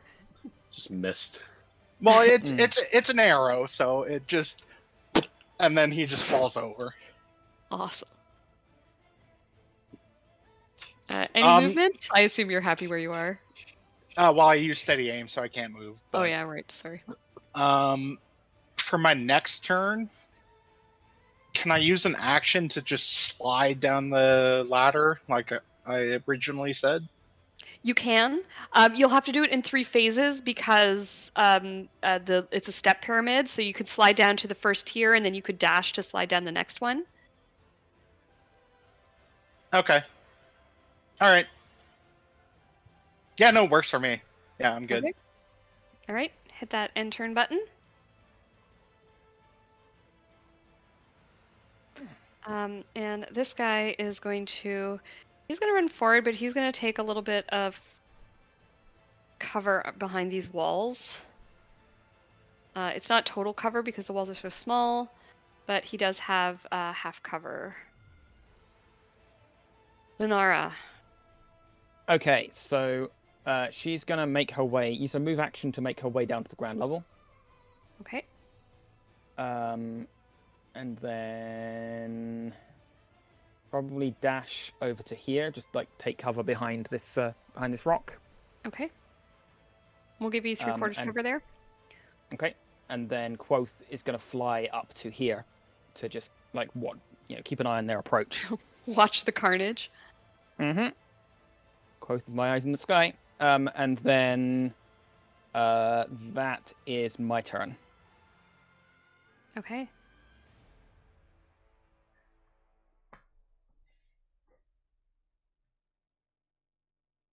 All right, this guy is also going to come running forward. He's just going to run straight into battle there. Strogak he is freed at this point, Wei. You guys have used your turn to free him. The stake is out of the ground. And he starts crawling this way. He crawls out the back of the tent. Good. That's exactly what I want to know. Yeah, I figured. So he's gonna take the dash action and kind of go, I think, to the wagon and hide underneath it. Seems good. This guy is going to come running over here. He's also going to take cover by this wall. This guy's going to go... He's going to go this way, I think. Just to be a little bit different and get there. And this one... I see you. Wei, you're up. Okay. Back out, Strogak's safe. I'm sure they see Strogak's tiny little butt, sort of with a giant piece of wood and chain tied around him. Yeah, it's like dragging behind him. Yeah. Okay. I'm gonna hop this little... Actually, it's not even. It's broken. Come over here. And this is time. This is my time to get into the fight. Okay. So your first attack will be at advantage because you are invisible, and then you will appear. Yep. Yeah, I'm gonna do my little special ability thingy, mabob. Okay. Just gonna stay at range for now. 14 at the little ones, the little guys though. 14 of the little guy hits. Go ahead, roll me up some damage. 8. How do you kill him? I guess head comes off. Like he'll Awesome. pop his head over the wall to maybe take a shot at the other guys. And Yeah. everybody in the distance just see like a head just fly off. Awesome. And Wei, you are no longer invisible. Yep. And you do have your next attack if you would like to take it. That was my bonus. Oh yeah, extra attack. God, I'm so godlike now. Yeah. Level 5. I'm godlike. Mm. All right, move up. One more time. Okay. 16 is a hit. 11. Is this another head popping off situation? Yeah, you see them 1-1. You see them 1-2, and then it goes whoop whoop. 2 heads come flying over the wall. Of course, I'm sure you guys see a little ponytail sticking up from over top of the little stone wall here now.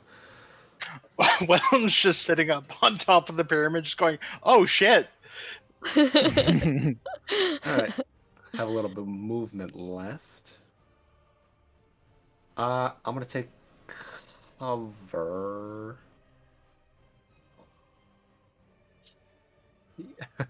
Is there any cover I can like sort of get behind? This wall here, if you sort of like crouch down, you can get like 3/4 cover behind it. Sure. And you know what? I still have so much movement left. I'll even post up around the corner.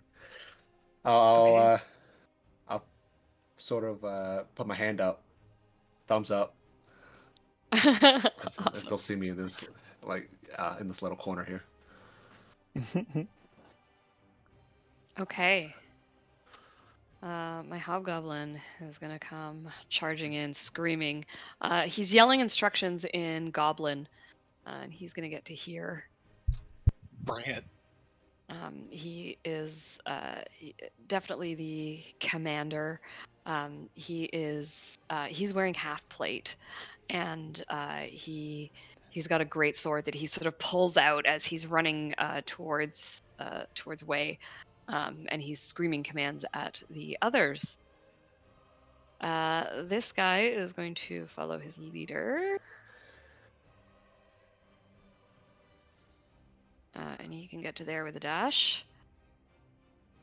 And Adriel, I feel like I'm just bringing them closer for you guys to kill at this point. Yes, bring them closer. Come to me. I'm gonna try to. I don't know. Let's see. Can't. Okay. You can move a little bit closer this round too. If Yeah. you want to do that first, you can get another 10 feet. So I'm gonna I just have this inspiration where I'm gonna try to condense a lightning ball as hard as I can, increasing the heat inside, and I throw it. And as it spins through the air, it just constantly increases more in heat and then ignites the air right here, causing a fireball. Cool. I love Oh shit! Okay, so you are getting. Did I put a fireball template on here? I don't think I have one. Where are you aiming So I'm at? trying Like, I to assume you're get gonna. so I'm trying to get this guy, or maybe because I don't want to hit Wei. So if I can. What's the radius of fireball? 20 feet radius. So maybe I can get this guy and then these two.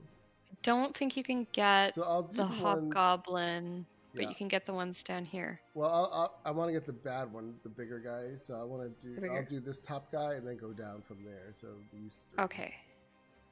Okay. So I'll ignite it somewhere. So you can probably get this guy too with that then. Sorry, Okay, this I see him guy. now. I didn't realize he was still alive. Yeah. So. Yeah. Yeah, I thought we had already killed him. I'm trying to bring in my. Okay, I'll do that later. Remind me to bring in my spell templates, but you will hit all of these guys. So I got a dex check to make. DC 15 is correct. Yes. Okay, I always check because sometimes in Roll20 it doesn't put the right DCs in. Damage 32. Oh god.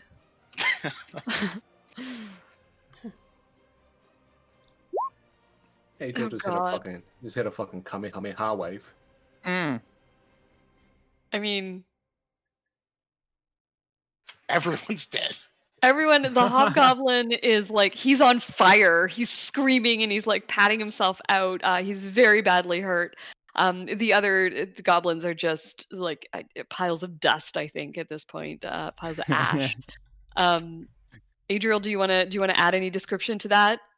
Oh no, just push. It explodes and ignites the air around it, and then they all just get burnt up and singed and Awesome. destroyed. And that'll be awesome. I love that you like worked your lightning into that as well. That's pretty cool. And Willem's just sitting on top of the fucking pyramid, going, "What the?" Yeah, to myself, I'm just mumbling like they don't believe I'm Gorm. I'll show them. They'll all know. Yeah. Also call me Blam Blam. Yeah. So I'm shooting at that hobgoblin. Okay. All the things. All the things. All the things. So 15. 15 hits his armor, but does not pierce. Your arrow does not pierce through. Damn it. He's wearing stronger armor than Yeah, the no, it's yeah, half it's plate, half and your plate, arrow yeah. like bounces off of it. And he's sort of like, I mean, the guy's still on fire. He's kind of like patting himself out, and then this arrow goes past him, and he sort of like is like in the process of diving for cover. That would have been really cool to hit him in the face as he's on fire. I just wanted to put him out of his misery. Like that's. It's very kind of you. Anything else? Nope. That's all I got. Okay. All right. Oh, he's dead. I think I would have to take out a lot of goblins here. Dust is an accurate term for these goblins. Yeah, right. Okay, Lunara's going to move over to here, and then Eldritch Blast. Actually, she's going to move Quoth to harry him, and then Eldritch Blast him. Okay. So go ahead and do that attack with advantage. So, first Eldritch Blast with advantage is a 15. Ooh, not quite enough. Okay, second Eldritch Blast is a 10. She's then going to use some sorcery points, which she finally has access to quicken Eldritch Blast. And try that again. I don't think... Oh, it's not a cantrip, so you can't cast a When you cantrip. cast a spell, it says when you cast a spell with a casting time of 1 action, it doesn't require the level. But you can only cast a spell as a bonus action if... Yeah, it doesn't say anything about casting more than 1 cantrip in a turn. It just says 1 leveled spell. Oh, because Eldritch Blast is a cantrip? Eldritch Blast is a cantrip. Oh, the Eldritch Blast is a cantrip, that's right. Mm-hmm. Yeah, so Yeah, you can because you can cast 2 cantrips, you just can't cast a leveled spell in a cantrip. Yeah. No, Ignore me. Well, no, you can cast a leveled spell in a cantrip. You just can't cast you 2 can't leveled cast 2 spells. leveled spells. Yes, Thank yes, you. Yeah, you can't cast this. You can't cast unless you get an extra action, and then you can. But you can't cast a bonus action Right. level spell and a bonus action. And a normal action level spell.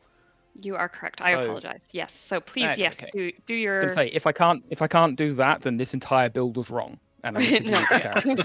Back to the drawing board. Yeah. Oh, yeah. Oh shit! Sorry. That is 11 points of force damage. we both yelled there. It's all good. Yeah. How? Yeah. I mean, how do you do it?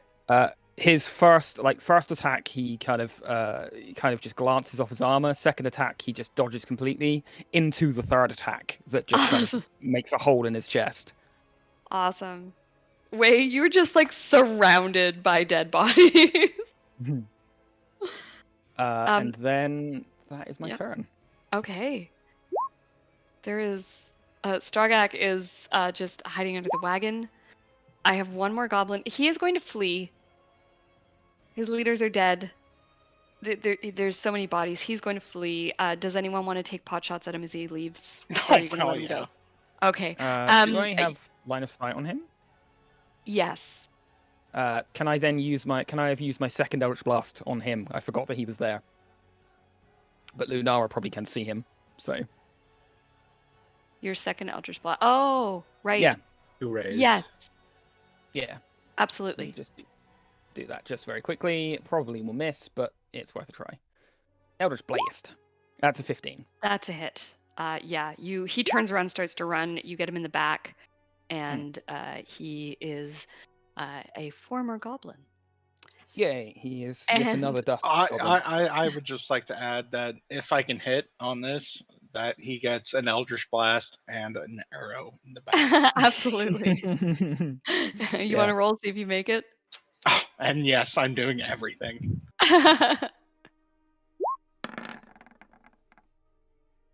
Oh yeah. All right. Oh yeah. No question there. Like he's just. Jesus Christ. I think he somehow explodes. I think the Eldritch Blast ignites the arrow. Willem, are you a railgun? You have to tell us. All right, so guys, with that is going to take us out of combat, and I think this is a good place for our break. So we will we'll pause here. We'll take our 10, and when we meet back, we will deal with the aftermath of what has happened up here on the surface. Okay. Yeah, and as Lenora said, that Willem's just standing on top of the pyramid and just taps his ear and goes, "I don't know what you said." Message. Way will. Oh shit. Okay, fair enough. Way's gonna poke his head around up over the little stone wall and see all the dead bodies. Well, that's me done. We'll get over and I'm gonna just go over to help Strogak. Awesome. All right, guys. Take 10. I will see you shortly. All right. See you soon.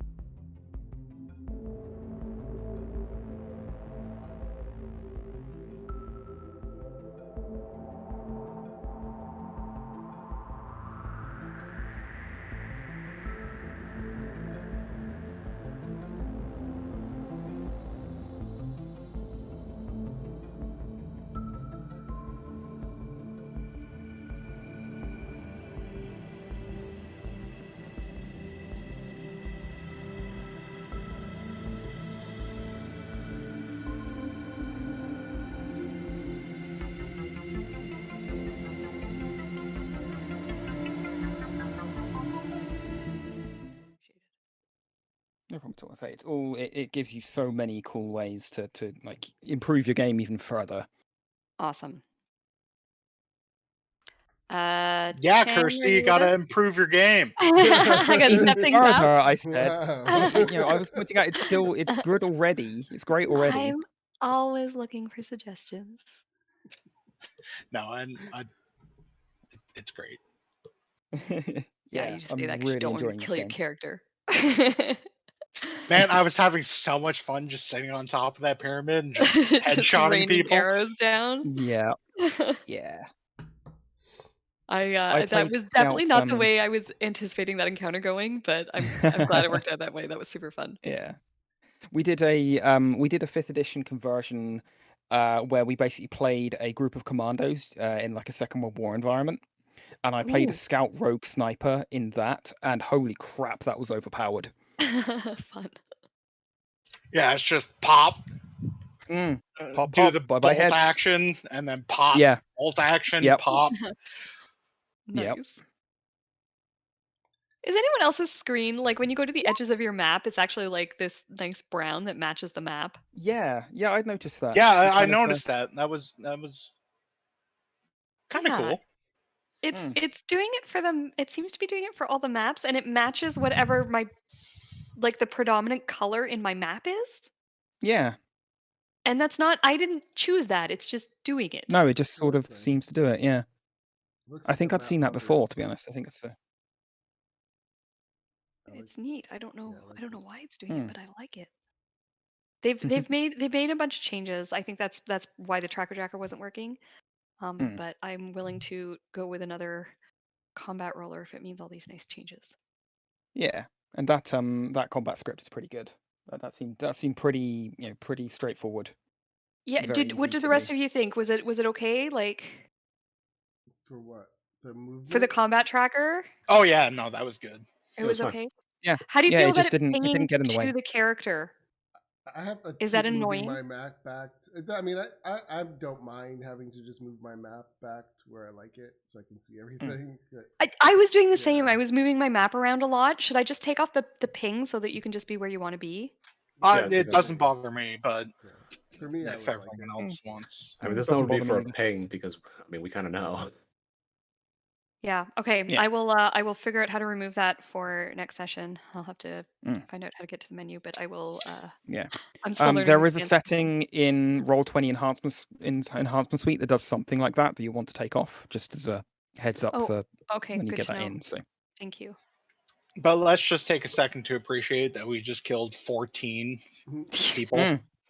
without taking a Without single point of damage. without taking a Yep. hit, without any of them. I think none of them even. The only one that got swung at was Quoth. Yeah, and they missed. And they missed, yeah, but no one even got swung at. Yeah, that was pretty impressive. And Strogak, when you guys sort of are victorious, when the last one is killed, Strogak comes climbing out from underneath the wagon way. You've gone over to check on him, and he says, "I don't know what happened to you in that pyramid, but wow." Yeah, come on. And he Easy there, buddy. Easy there. he's pulling at this chain that is around his neck, and he's saying, I don't suppose you could get this off of me, could you? Yeah, well, No.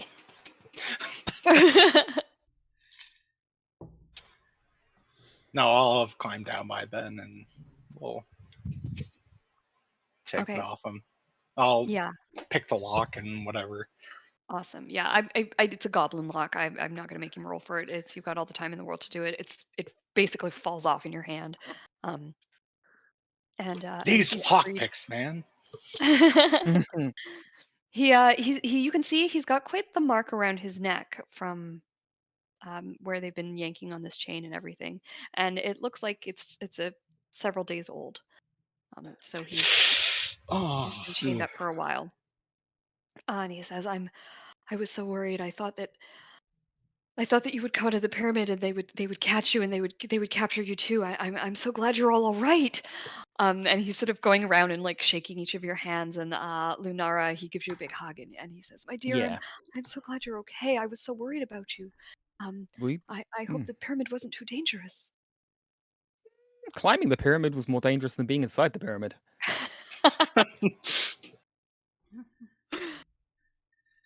Well, that's good to hear. There was I thought maybe there would be some ancient traps that were still unset off, still Unsprung? active, unsprung. Yes. We handled those fairly well. We seem to be yeah, we've worked together very well, I think. We fought a mummy. We fought something What? else. A lich type thing. Thoughts? There were creatures in there. Oh. Oh, there's a lot of creatures in there. Oh. I'll show him the sword just so he can get his rocks off. Oh, he's just like, oh, what is this that you have found? Where did you find it? I can't believe. Do you mean to say that there are no grave robbers that have gotten to the temple and the pyramid and harmed it? Oh, there have been well, great options. there, yeah, people have gotten to things, but what we found, show him the crown, show him the fucking ring. God damn it. The crown of King Alexander. This is beyond anything I had. He's just like babbling at this point. He's so excited. Or forget the fact that he's been chained up by goblins for several days and you know, harmed, and he's still got he's got a black eye and he's a mess. But he's just so excited about all these discoveries. It doesn't seem to have registered with him. Yeah. Once he calms down a bit, Lunara will give him her notebook to have a look through, and so he can see exactly what we've been through. Awesome. He takes your notebook and he sits down with it like it is the most precious of ancient books that you have seen him reading, and he reads every word. He just sits there speechless, and he says, "I must go inside." I'll also give him the Synodician coins and the swords. Oh, he's beyond himself. He starts where did you find them? He gets all the information from you, and he starts tagging them. And he's like, this trip was worth it. We have found the lost city. We found the burial place of King Alexander and Queen Zenobia. Oh, this is wonderful. And I also let him know that what we found is the tip of the iceberg of the city. The actual city is far below. It's safe to say that his jaw is on the floor as you tell him that some of the city is preserved basically and still being lived in to this day. By the descendants of the original inhabitants, by the looks of it. Yeah. Also, King Alexander is an asshole. Yeah, actual asshole. Never meet your heroes. Yeah, he's beyond excited. He wants to. He basically starts talking about heading back and putting together a full expedition. Willem, he's like, we need to talk to your parents about perhaps getting some additional funding. The things we could find. And he's all gung ho to basically go back and bring a massive team of people and start a yeah. If we could not involve them, that'd be cool, but if you need the funding, I suppose I could put a word in. Oh, excellent. Yes, we're going to need funding. We need to I need to go down and see the city. Maybe I should do that first so that I can provide notes. Yes, I will go down to see the city. I mean, I'm here already. I may as well go and have a look. Okay. Yes? Calm down. Don't cream yourself. Yeah, just take a sit. We'll help you down. But for now, you need to be aware this is super dangerous. Maybe one day there'll be a museum here, but oh, yes. still dangerous. You need to take this slowly. All right. Yes. We will take it slowly. We will cautiously go down into the city and take a look. Yeah.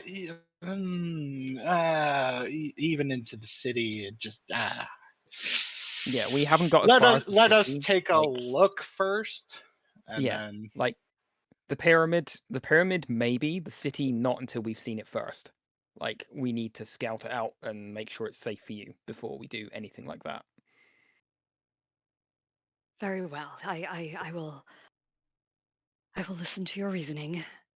There is 'Cause, I much mean, to even explore here. I could stay on the surface again and continue my work here while you go down and explore the city. And Lunar, you've taken excellent notes here. This is certainly enough to get us grants and approvals and bring people in. And if you go down to the city and take such excellent notes again, I'm sure we can bring groups together.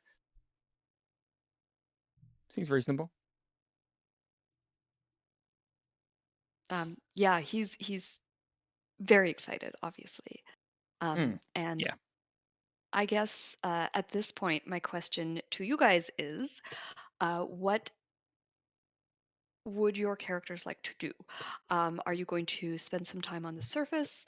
Are you going to go back to the pyramid? Are you going to go back to the city? What is your plan as a group? Can we just, this is in character, can we camp out underneath the stars? One Yeah, I last feel day like- before, please God, I before, feel like a before we night, do not yeah. see it anymore. Yeah, I feel like a night with actual air and everything like Yeah. that is entirely in order. No mushrooms. Mhm. Just no weird religious zealots. no Well, possessions. apart from the ones we brought with us. Yeah. Adriel's gonna go back down with this brotherhood. Like once he's Okay. done and sees that everything was, all the bad guys were killed, he had no more interest. Time to clean up the bodies. Oi, Willie, come Mhm. here. Help me out with this. Oh Like, man, like I'll make all hand right, help dig. all right. You either want the lovely lady or the stumpy to help us out. We're just normal men. You and I. We're just innocent men. I'm just gonna grab a goblin by the ankle and just drag him through the sand. Don't forget to shake the goblin out first. Ah, fuck Shake him. it out. Loot. Is this your way of saying loot? Shake them out for Yeah. what? Pubic hair. I got nothing. I mean, Oh, I'm not interested in that, buddy. Like, we don't all have your mind. Well, there were nothing but loincloths. yeah. I mean, they could have interesting stuff on them. I'll take accept that one. I'll take Point to the, crossbow the bolts. hobgoblin. What have I got? You said 13, right? 6, 7, 8, 9, 10, 11, 12, 13, 14.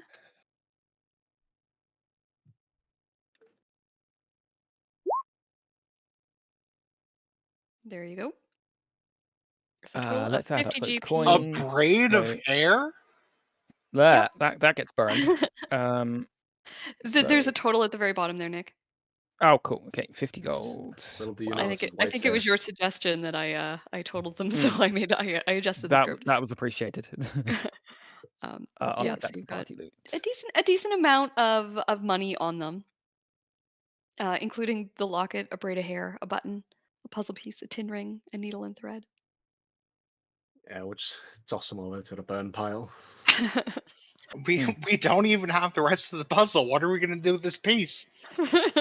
Well, if we Someone kill enough somewhere is goblins, cursing. if we just keep killing goblins, eventually we'll get the rest of the puzzle, right? I've seen quests like this. This is one of the fucking 300 collectibles you find. Oh god. Yeah, we need bare asses. Okay, so you clean up the bodies. You get Strogak set up, and you spend a night under the stars, with the exception of Adriel, who immediately goes back down to his people. There is nothing of interest that happens that night, so unless there's anything you guys want to role play about that evening. Just a small thing. When everybody's asleep, or at least I think everybody's asleep, can I sneak out? Yeah. I'm gonna sneak out. I don't know. I'm watching you. I mean, do you want to roll a Growth doesn't stealth sleep, to see if... So Yeah, I'll roll a stealth. Where are we all staying? We're assuming, like, I assume we were like in the tent, in a sense. I assume so. I would think so, yeah. I'll sneak out. Try to, anyways. Nope. Yeah, I mean, Quoth is up here. Quoth is like staying there and watching. Should I even roll? Like, I don't think you need to. Could get worse.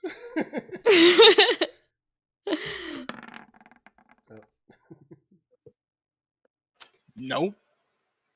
Yeah, Wei, you get a little bit tangled up in the flap of the tent as you try to leave, and you end up sort of like shaking the whole tent and wake everyone. Well, I don't want to wake her. I still want to be quiet, but yeah, if somebody notices, then I don't notice. I doubt I notice them, but I'm just gonna quickly scurry away somewhere. Well, and I'm not being rude about it. It's just kind of like, what's he doing? Mm. I'm gonna look behind a little bit and make sure nobody's following me. Just find a little private area somewhere. What's private? Like here, down here? Would Sure. you say? Yeah. It's like I'm gonna situate myself into this little hole. Just lay down, not lay down, but back against the wall, sitting down back against the wall. Just gonna bring out my little ring that I'm sure all of you would have noticed because Wei's shirt is always open because it's so damn hot. Him as well.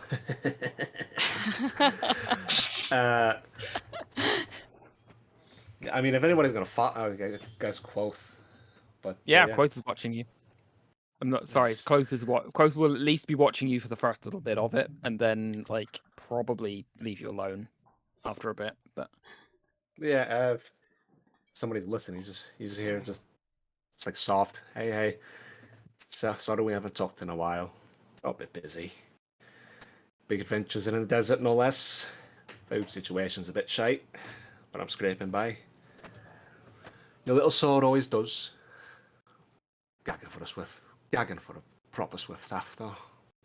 I know you don't like me drinking and all, because that's my dad ran off, but it's only a little bit nowadays, I swear. Anyways, me timekeeping's still proper sorted. Happy birthday, Nana. Couldn't get any strawberry shortcake for you, but got some dried berries and hardtack. Suppose that's close enough, right? Still miss it every day. Love you lots. Just gonna kiss the ring and just doze off right there. Or try to. Or rather, fold my arms and just stare at the sky for a little while longer and try to doze off. Aw, take inspiration. Can we do it? Yeah, that was good. Can we do a cut scene? We sure can. And then it cut scene to me with my followers like all huddled around me, and I'm like, and then I conjured a ball and I heated the sky and incinerated them all. I am God. They are eating up your words. They're excited. They're excited about the potential of how you can help them defeat the maidens and the magi and bring the glory of Gorm to the city. And Candace sort of takes you aside that evening and says, I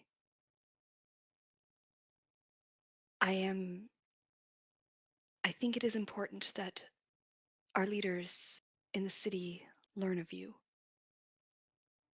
When you get a chance to go down to the city, you need to go to the temple there and let them know of your teachings. And from there, they will give you, or you can give them direction as to how we will overtake the other groups. But I would caution you to go carefully and do not stir up trouble until you have spoken with the others, that they may provide you with assistance. I will heed your warning. Thank you. And that sounds like a good plan. He smiles at you and he says, I cannot wait for the others to know that Gorm, the living Gorm, walks among us. I just nod to it. Okay. And I would just like to say, fuck you, Chang. Wow, what'd I do? Fucking crying, man. Oh my god.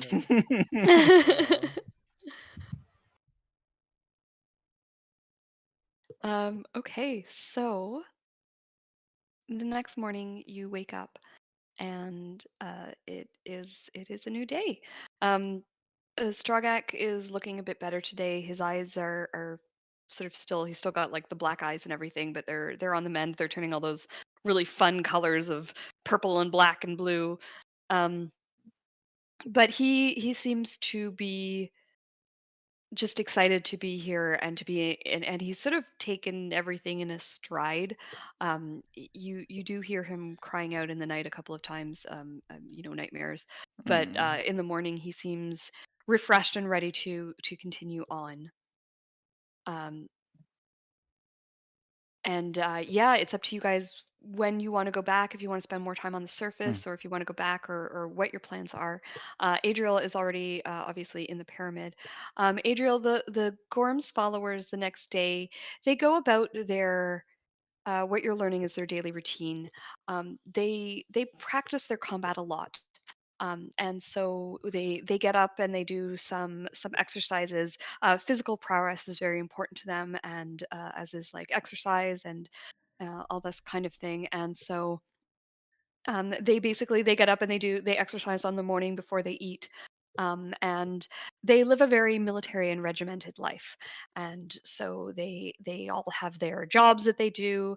But you also get the idea that it's like kind of like living in a military outpost kind of idea. This isn't they rotate out. And so they're talking about, should we head back down or should we stay up here a little bit longer? It was expected that they would stay up there for a little bit longer before they headed back down, and they're talking about how they can potentially um, take on the maidens, but they're talking about maybe leaving it for now and sort of fortifying their position before they do that. Yeah, I kind of make a comment like all this preparation, and yet you still let a bunch of maidens take two of you, like in a sign of disappointment. They look crestfallen, and they say, "We did not see them coming. They use trickery and deceit, and they attack from afar. They do not attack from close up like any reasonable warrior would." Well, it is up to you to find a way to get beyond that. We will learn. We will find new methods. Pocket sand. Pocket sand. Yeah, and I kind of remind them like to get the followers from below. If I see them on my way down when we go in further, I'll send them up so they have Okay. like reinforcements and to use the owl bear.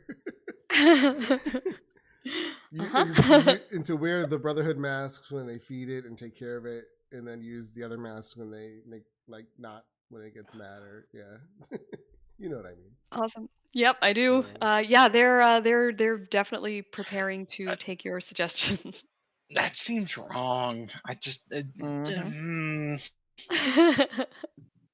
They're not telling them to neglect it, but to when it's doing something wrong or something like that, they should put the other masks on. No, yeah, okay, yeah.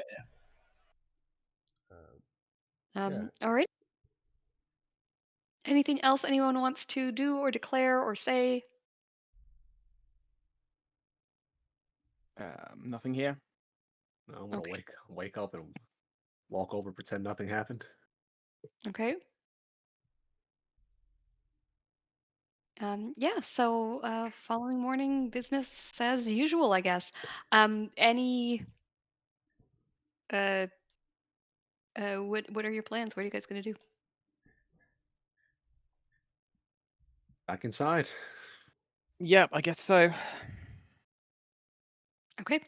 I assume you guys go to the followers of Gorm and meet up with Adriel. Is that the first plan? Yeah. Okay. Oh right, I forgot to tell you all. His new name is Billy Blam. Billy You're Blam. You're supposed to refer Billy to him. Blam. Supposed to refer to him as such. No, not you, Willie. Billy Willie. Can I make a history check to see if I recognize like that term in any way, shape, or form? You can, yes. I mean, he said Blam, so it's not the right. Or like terms similar. Okay. Do I have advantage on that for the Synodician or? I would say yes. I think you would. Okay. It's history. Is the word Synodician? It is. Oh, because I speak it now, so wouldn't I know what it meant? Well, so it's a name. It's not a. It's not. Yeah, it's a name. You might like understand the word itself, but you Gotcha. might not understand the cultural pinning behind it. No, I get it. Yeah. Right, makes sense. So,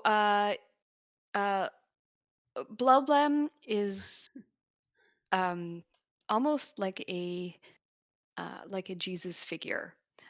He is said to be basically when needed he will come, and he is the living embodiment of the god Gorm. Okay. Oh, so blah blah blah. Blah blah blah. That's it. So yeah, you're familiar with the legend Lunara, or the religious Okay. teaching. It is, yeah, it's kind of a cross between like the Arthurian legend of he shall come when he is most needed and rise from the dead kind of thing, and a cross between like he will, a religious figure that will that is the embodiment of a god.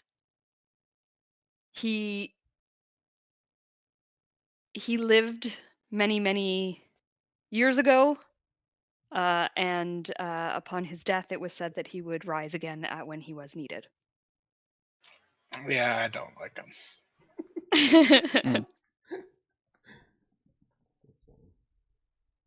And so you guys come to the pyramid. You make it down.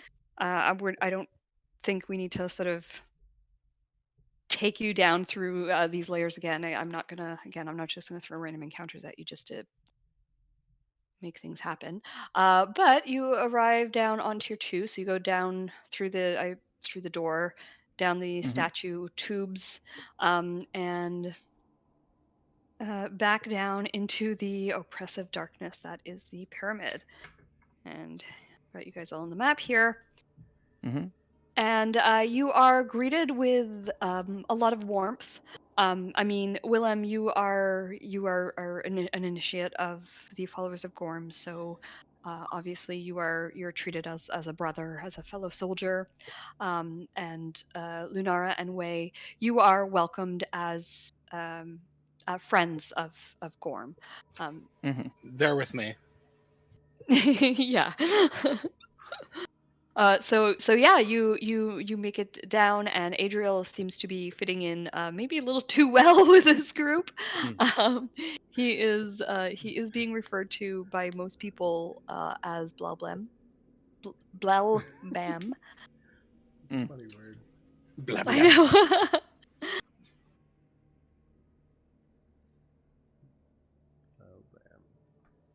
And yeah, so you guys meet back up. My friends, welcome. Okay, let's not oversell it.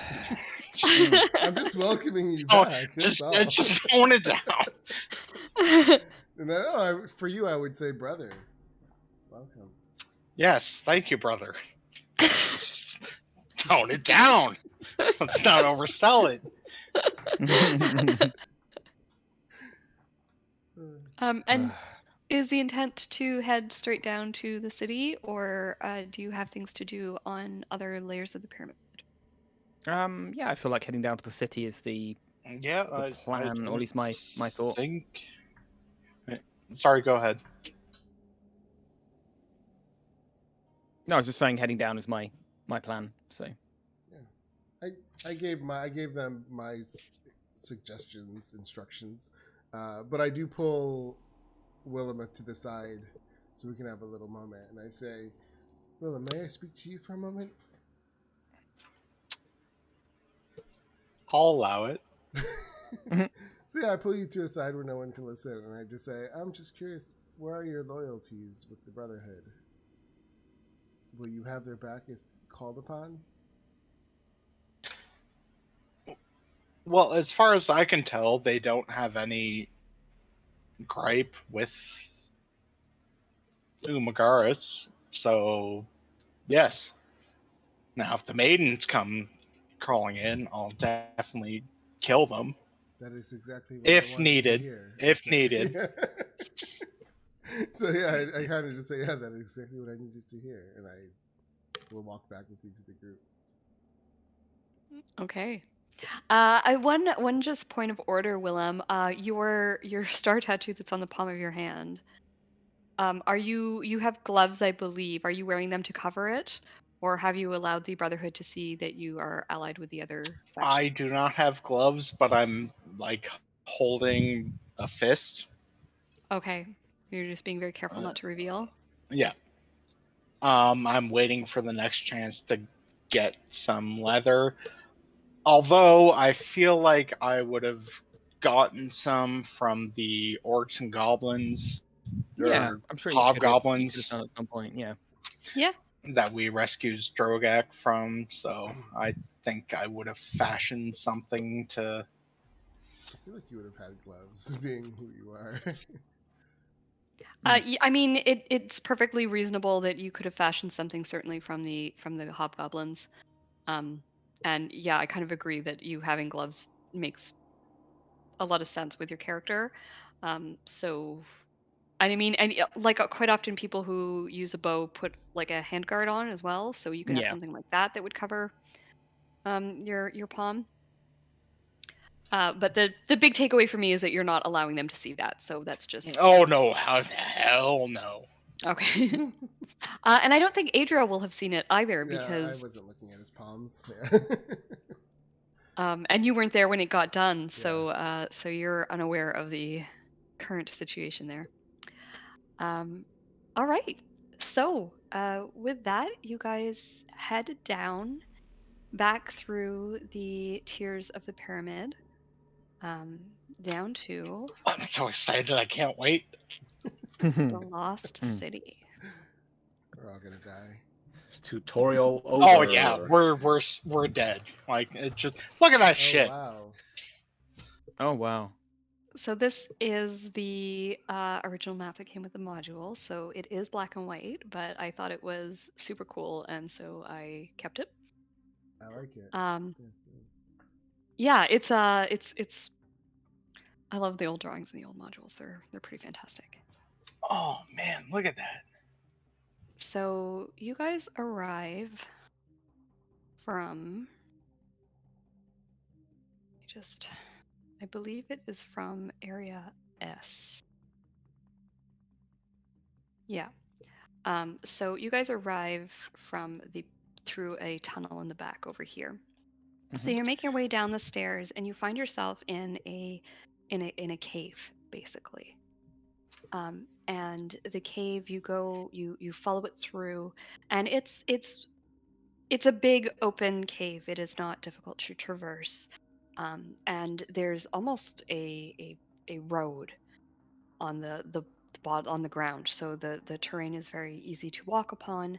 And you come out and you see this massive cavern that holds an entire city.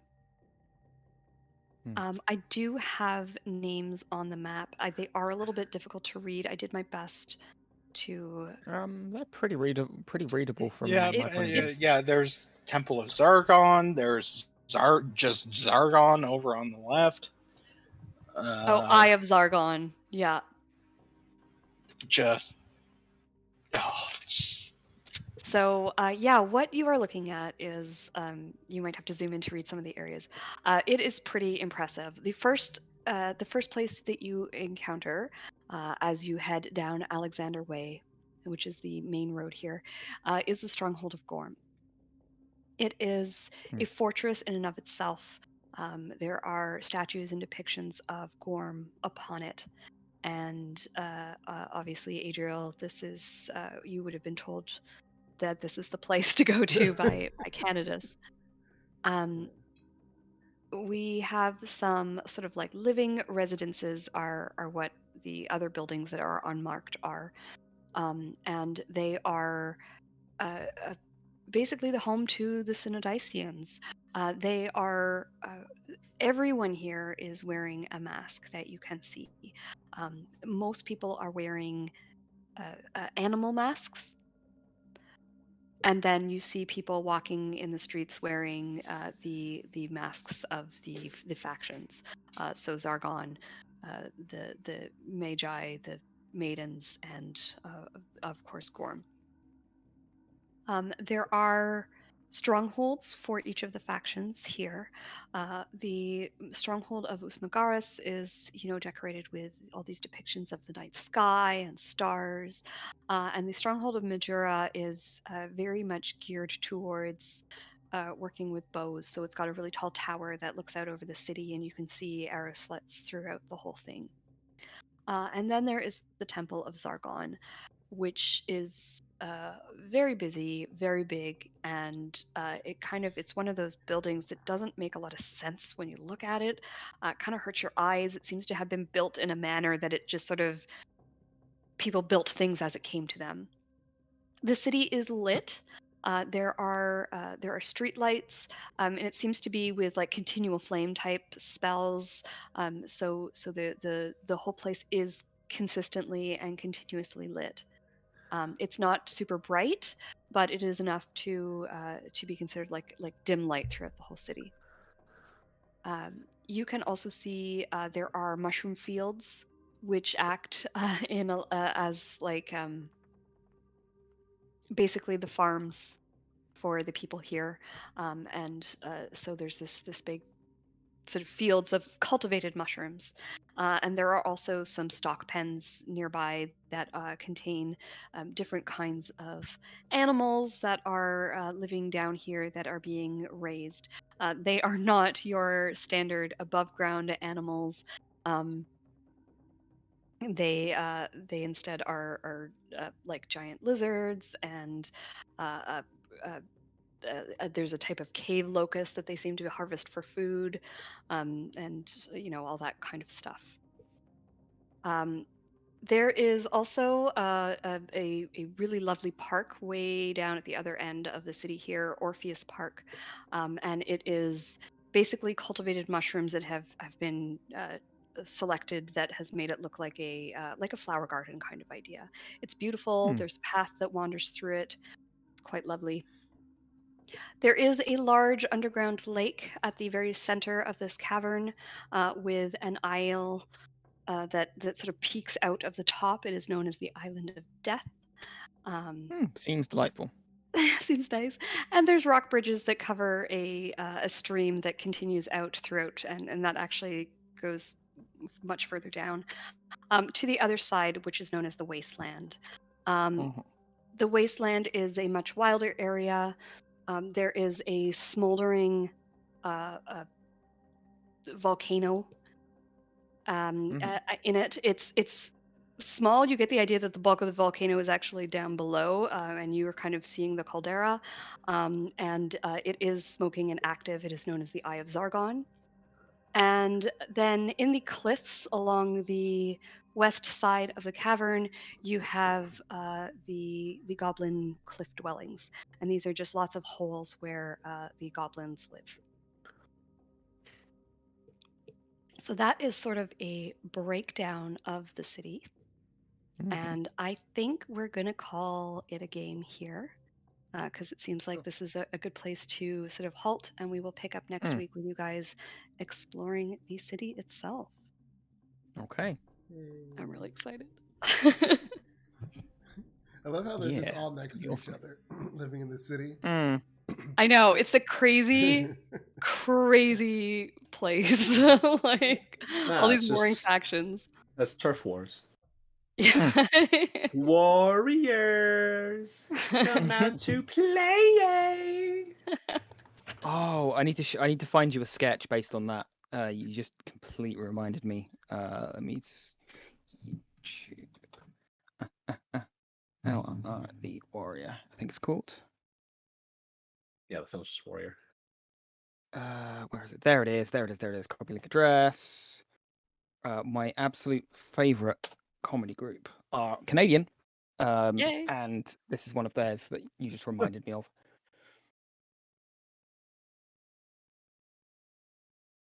Well, the bright side, we don't have to keep turning on torches and lanterns anymore. Yeah. Finally. You don't have to what, sorry? Keep turning on lanterns and torches. Oh, yeah, it's actually lit here for once, right? Yeah, it's probably one of the only underground inside underground settings in D&D I've played so far that actually has light. Yeah. Because they're humans, so they need to see. They Mm. haven't developed dark vision, right?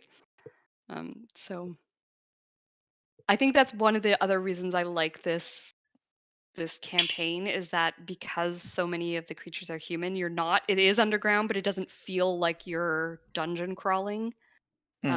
This section, I mean, the pyramid is obviously a massive dungeon crawl. But even though you're underground, it's not a dungeon crawl. It doesn't feel like there's light, there's air, there's fields and farms and all that kind of stuff. It's kind of a neat segue. Yeah, but dark vision only lets you see in shades of, gray, right? Exactly. Yeah. So it's like even what God, I can't speak English right now. Wouldn't the creatures that dwell within wouldn't they even want to like light something up just to have some color in their life? Color. Yeah. What do you think? Living in monochrome. The problem is it's dangerous like, though, right? Because a little bit of light can be seen from really far away. Yeah, but there are caves and stuff, rooms. It's true.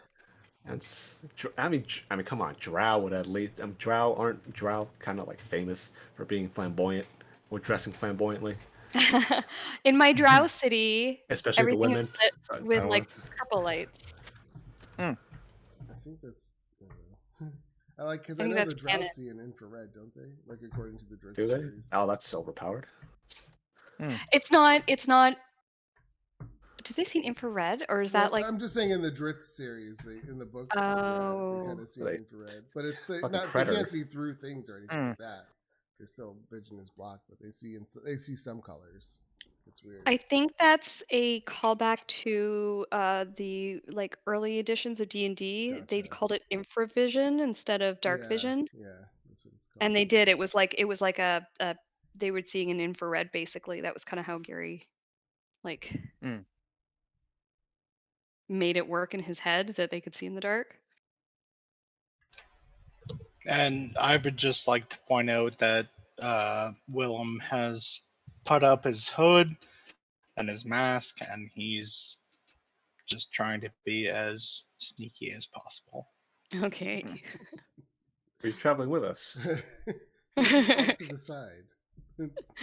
Turn around and Willem's like just like not there. There's just like a shadow following you, an extra one. Yeah, you don't know. I said, well, get over here. Stop acting like a pervert in the shadows. No. No. All right, guys. Sorry, go ahead. How old is Willem? I assume he would be kind of like the youngest. He's like 26. So yeah, probably the youngest then. I assume. Lenara? Yeah. Elf years. Well, right? Lenara's an elf, so yeah. What about Adriel? Adriel's human, right? He's young. Oh wait, no, Azamar. But don't Azamar age sort of the same as humans in a sense? Humans, I believe so. Yeah. If anything, Quoth is the youngest. Same as but live a few years longer. Yeah. Well, Quoth isn't truly alive though. Wow, that's rude. Can't dream, doesn't have. You don't know that. Well, aren't they spirits from another realm that come over? He technically is, yeah. Familiars, generally speaking, as it stands, is kind of like just you conjure them out of thin air. Yeah. Kind of little automatons, essentially. Yeah. Fuck you. Yeah, exactly. Thank you. They're spirits. Okay, so are we all good for next Saturday? Everyone's good to play? Next Saturday's fine for me. The Saturday after is not fine for me. Right, that's the one where you're Saturday after is when I'm away. Yep. Hey, let me know if there's any one-shots going on, because I really want to play test this, or at least want to try out this new character that I'm sort of interested to play. Okay, I will. I probably won't have anything for the next little while. Doing all these dogs is like taking all of my time. Because I'm back and forth between the two houses. But the following week, I might have something going. Let me know. I'm even contemplating. Oh, I can't believe I'm saying this, but I've been contemplating doing something on Roll20, and immersing myself with those animals. Oh, Mm-hmm. wow. It's not, yeah, it's a brave step. It is. I don't want to roleplay with those people anymore. Ever since I joined Kirsty's games and the Discord service, I'd rather just stick with you guys. Those people. It's nice playing with people you know. Aw, man. Yeah. And who aren't insane. Yeah. Yeah, And that's we- part of the and- nice part about and- playing with people you know. And Yeah. it's a coin flip whether or not they're really weird. And when I mean weird, I mean like bringing their fetishes into the game and stuff like that. Oh, really? Yeah. Ugh. What are you talking about? I've been pretty lucky. I've had some good one shots. Both people, like when I've joined a game on Roll20, because I do pickup games every once in a while, and I'll join someone else's game just for fun. And I've been pretty lucky. But I've had weird people join my games. If I've done a pickup game on Roll20, I've had some uncomfortable experiences. Mm. Yucky. Yeah, I do. Yeah. Glad I never had those experiences. Like, I don't want to yuck your yum, Same. but Mm. Yeah, it's the Wild West out there, man. You don't know what you're gonna get. It's like You never it's know. Like it's like a box of chocolates. But I mean, I met all of you guys through online gaming. Through You all Roll20. turned out to be fine. Yeah, Through I was like, Roll20, right? The stars Yeah. aligned, and I found the one DM that isn't a weirdo whatsoever. He is a very normal, lovely person to be around. Aw, thanks, man. Agreed. Yeah. Thanks. yeah, and Chris invited me in, and I found Christy everything's been great. because I used your macro. Your Oh yeah, that is how we met. Isn't that funny? Hey? Mm. Yeah, and networking. Networking. Mm. Yeah, well, that's And the yeah, thing. I Once just, you find a group, then you find other people who are cool to play with, and then they invite you to Yeah. games, and Yeah. It's almost like people are fun to play with, and then you want to play with them. Oh, and crazy. people, Yeah. people that actually role play. Yeah. Yes. And yeah, Actually- I joined Kirsty's game on a whim. I saw that, like, after having joined Roll20 to run my own games for a while, I saw an advert for one of Kirsty's games in looking for players thing that I would never normally look at that. Like, I'd never pick up group for D&D, and I just Oh, thought, really? you know what, fuck it, let's try. Yeah, I've that's never awesome. done pickup group. I just saw your advert for it and thought, it's worth a try. It's all Oh, that's And here awesome. we are. That was one that like we had because you came in. We had played already that group, Mm. and then we Yeah, 'cause lost. We lost. I joined two at the members? end of Fandelver, didn't I? Like the very last couple of sessions of Fandelver. Yeah. Yeah, because we lost. I forget if we lost one or two people. That was the group that Chris was in. Yeah.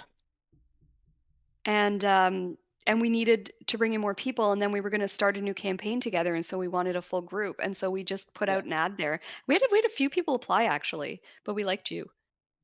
Yeah. It's all We had some Kirsty. some weird You applications. bring us all together. Well, Yeah. it wasn't even just me though, like because like my group was the one that picked Nick because we decided as a group because they were going to be playing with him, so we all reviewed all the applications and all that kind of stuff. And same thing actually, Chang was in my very first Roll20 group who Yeah. I met online, and there were 3 of them that wanted to play together, and so we wanted to bring in a couple more people, so we brought in Chang and Helen. How is she? Is she still around, Helen? She is actually. I ran a one shot for her birthday last year. Hey, there you go. Yeah, it was fun. She brought in her now husband. She married the fiance. Hey, congratulations. And yeah, she's doing awesome. She's doing really well. Her back's Good. all fixed, and she's back to work. And yeah, I don't hear from her a lot, but when I do, I get we have a nice little catch up and all that kind of thing. She's fun to play with.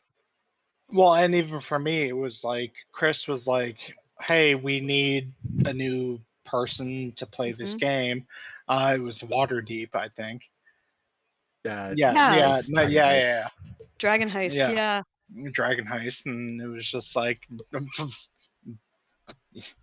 yes, sir, I'm in. Yeah, because I was super excited to DM that one, and I wanted a good group, and I had Nick, Sebastian, and Chang, Yeah. and Chris. And we were like, should we bring in a fifth? And I was like, I want to kind of bring in a fifth, but I don't want to bring in someone that like is gonna upset the balance of the group. And Chris was like, I have this friend, and I was like, perfect. Like we know we've got a normal player, and then you turned out to be awesome, so it was even more perfect. Yeah. great. The mead brewer. Yeah, that's right. Which worked Yeah, out well when you had a we brewery.